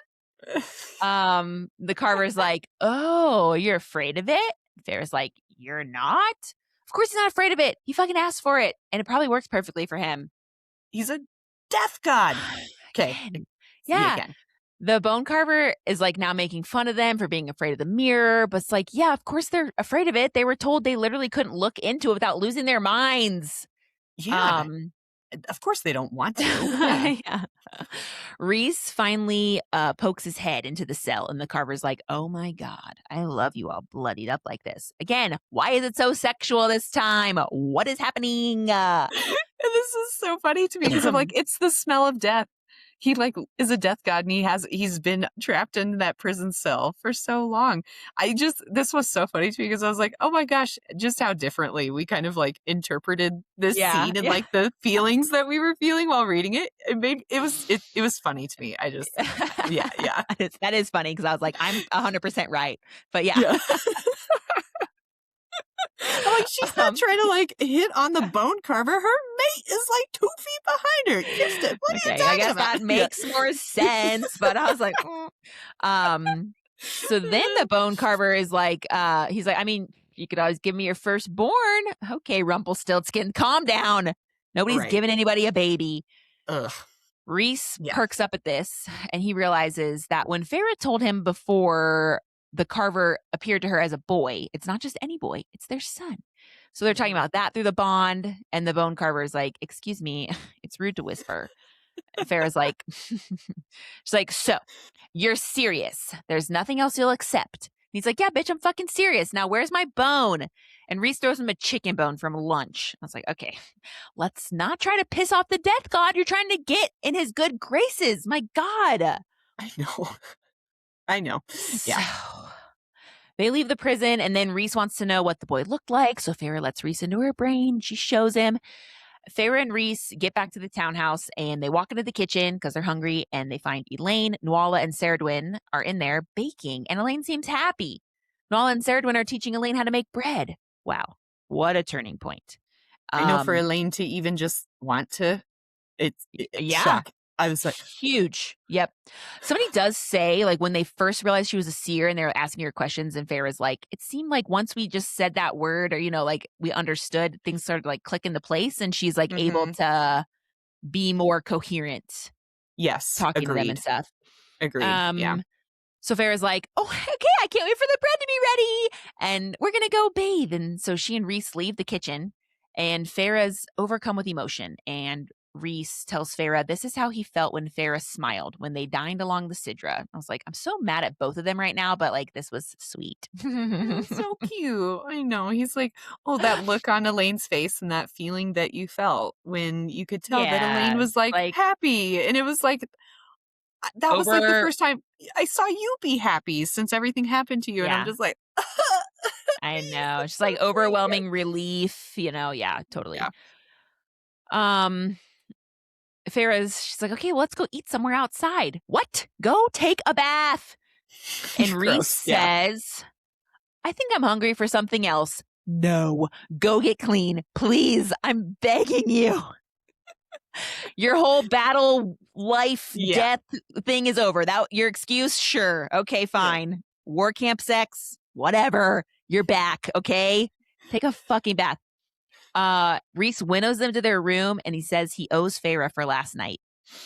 He gave me, quote, he gave me the courtesy, at least, of letting me pick what he consumed first, me or the food. I picked wisely, I swear to God. Ooh, I'm just going to pretend that her choosing wisely was choosing to get clean. I can't. Okay. Nesta's waiting at breakfast for Cassian, and Feyre seems annoyed by the fact that Nesta wasn't waiting for Feyre. Why would she be waiting for you? She knows you're safe and at home. Mm-hmm. Quote, I kept my mouth shut, not bothering to tell her Cassian was still up at the war camps. If she wouldn't ask, I wasn't getting in the middle of it. Oh, this is the thing you're not going to get in the middle of? She's just being mean. You know exactly what Nesta wants and is anxious about, and you're refusing to make her feel better. I mean, I know Nesta would have said something snarky and been like, I don't care about Cassian, but still, come on. I know. I 100% agree with that. And it's also like, I feel like even though you guys have you're still fighting, you're still you're still getting at each other's throats, but you went to the library together to do research together. Nesta has made some comments to you, and it seems like she's thinking about things. She was like, wow, you were gonna just sacrifice yourself. You were gonna try to fight the ravens to let me get away. It's I feel like you guys are getting on better ground, even if you're not fully there yet. So yes, what? You're right. This just feels petty to not. No. Yeah. I was also thinking a little bit of when Nesta asked more, what do you know of battle? That was her Nesta way of being I'm concerned that you guys are about to go fight in battle. Could you tell me, could you make me feel better, please? Right. Give me some reassurance that you're going to make it back. Tell me how skilled you really are. Yeah. Right. Yeah. Or, don't worry, Nesta, we'll be okay. Mm-hmm. And then Feyre thinks, because she doesn't want to get in the middle, whatever, of Cassian and Nesta. She thinks, not when Amren claimed that my sister was close, so close to grasping whatever skill was involved in potentially patching up the wall. If she would only unleash herself, Amren said. I didn't dare suggest that perhaps the world wasn't quite ready for that. What? What are you talking about? Why wouldn't you tell her that just because she's close to grasping her skill? You're just jealous. Mm-hmm. You're not the one that gets to repair the wall, and that Nesta's more powerful than you, and she's cooler than you. Also, why wouldn't the world be ready for it? What is this? What will Nesta do that will be so bad? I was like, just because you want to use your powers for evil doesn't mean Nesta does. Well, maybe Nesta does want to use her powers for evil. I don't know. So I hope I don't like eat all my words when I get to know Nesta better. Being like, shit, she's just a bitch too. No, I don't think you will, but no. No. We'll just no.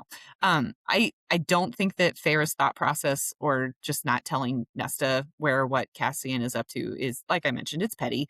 And I got more that Feyre is concerned about how much power that Nesta actually has. It definitely tinged with jealousy in there, but if she's as Mhm. powerful, if she is as powerful as Amryn thinks she is, and the amount of power that was felt from her in the cauldron scene, part of me thinks that Feyre is legitimately concerned about Nesta tapping into her powers and not being able to control them. Like, I think that is maybe somewhat part of her concern when she talks about like the world being ready for it. Like, maybe Nesta not fully understanding her powers and then therefore not being able to control them is like a concern here. Um, Mhm. I don't Then why don't know you that say that, I know. I don't think Feyre? Feyre wants to use her powers for evil, though. I was like, oh, that was harsh. I don't think. Feyre is the true villain of this Yeah. story, Cambria. I'm just kidding. Okay, I am, yeah, on a mission to find the worst in Feyre. That is my goal in all of these. But yeah. So and the irony is I'm acting like Feyre, just judging Yeah. her and not letting her do anything cool. So yeah, apparently Amryn is also close to finding out what they need in the book, but details are limited at this time. Feyre starts to get up from the table, and Nesta says, "You're going to that meeting in 2 days." It's like, not a question. Farrah's like, "Uh-huh," and braces herself for whatever else Nesta might say. And then Nesta's like, "You went to battle without even thinking twice about it. Why?" And Farrah's all, "Because I had to, because people needed help." And when Nesta says nothing else, Farrah winnows away to go be bad at flying some more with Azriel. And it just seems like Nesta's doing some contemplating. Maybe she's going to change her mind about Yeah. meeting attendance. Mm-hmm. And I think that Nesta too, like we've talked about this, I think that she has a very abrupt way of saying and asking questions, and that her own sister just doesn't seem to know her well enough to like pick up on some context clues on what Nesta is actually asking her about. Like, Yeah. I think this is Nesta's way of trying to get more information about this new world that they're living in, but she's like doesn't know how to do it in a way that doesn't seem mean to do it, kind of. Right. Yeah, Yeah. yeah, You've been operating in this with this dynamic for so long, you can't just like stop. yeah, exactly. Yes, yes. Totes. Well, the end. That's the end of chapter 40.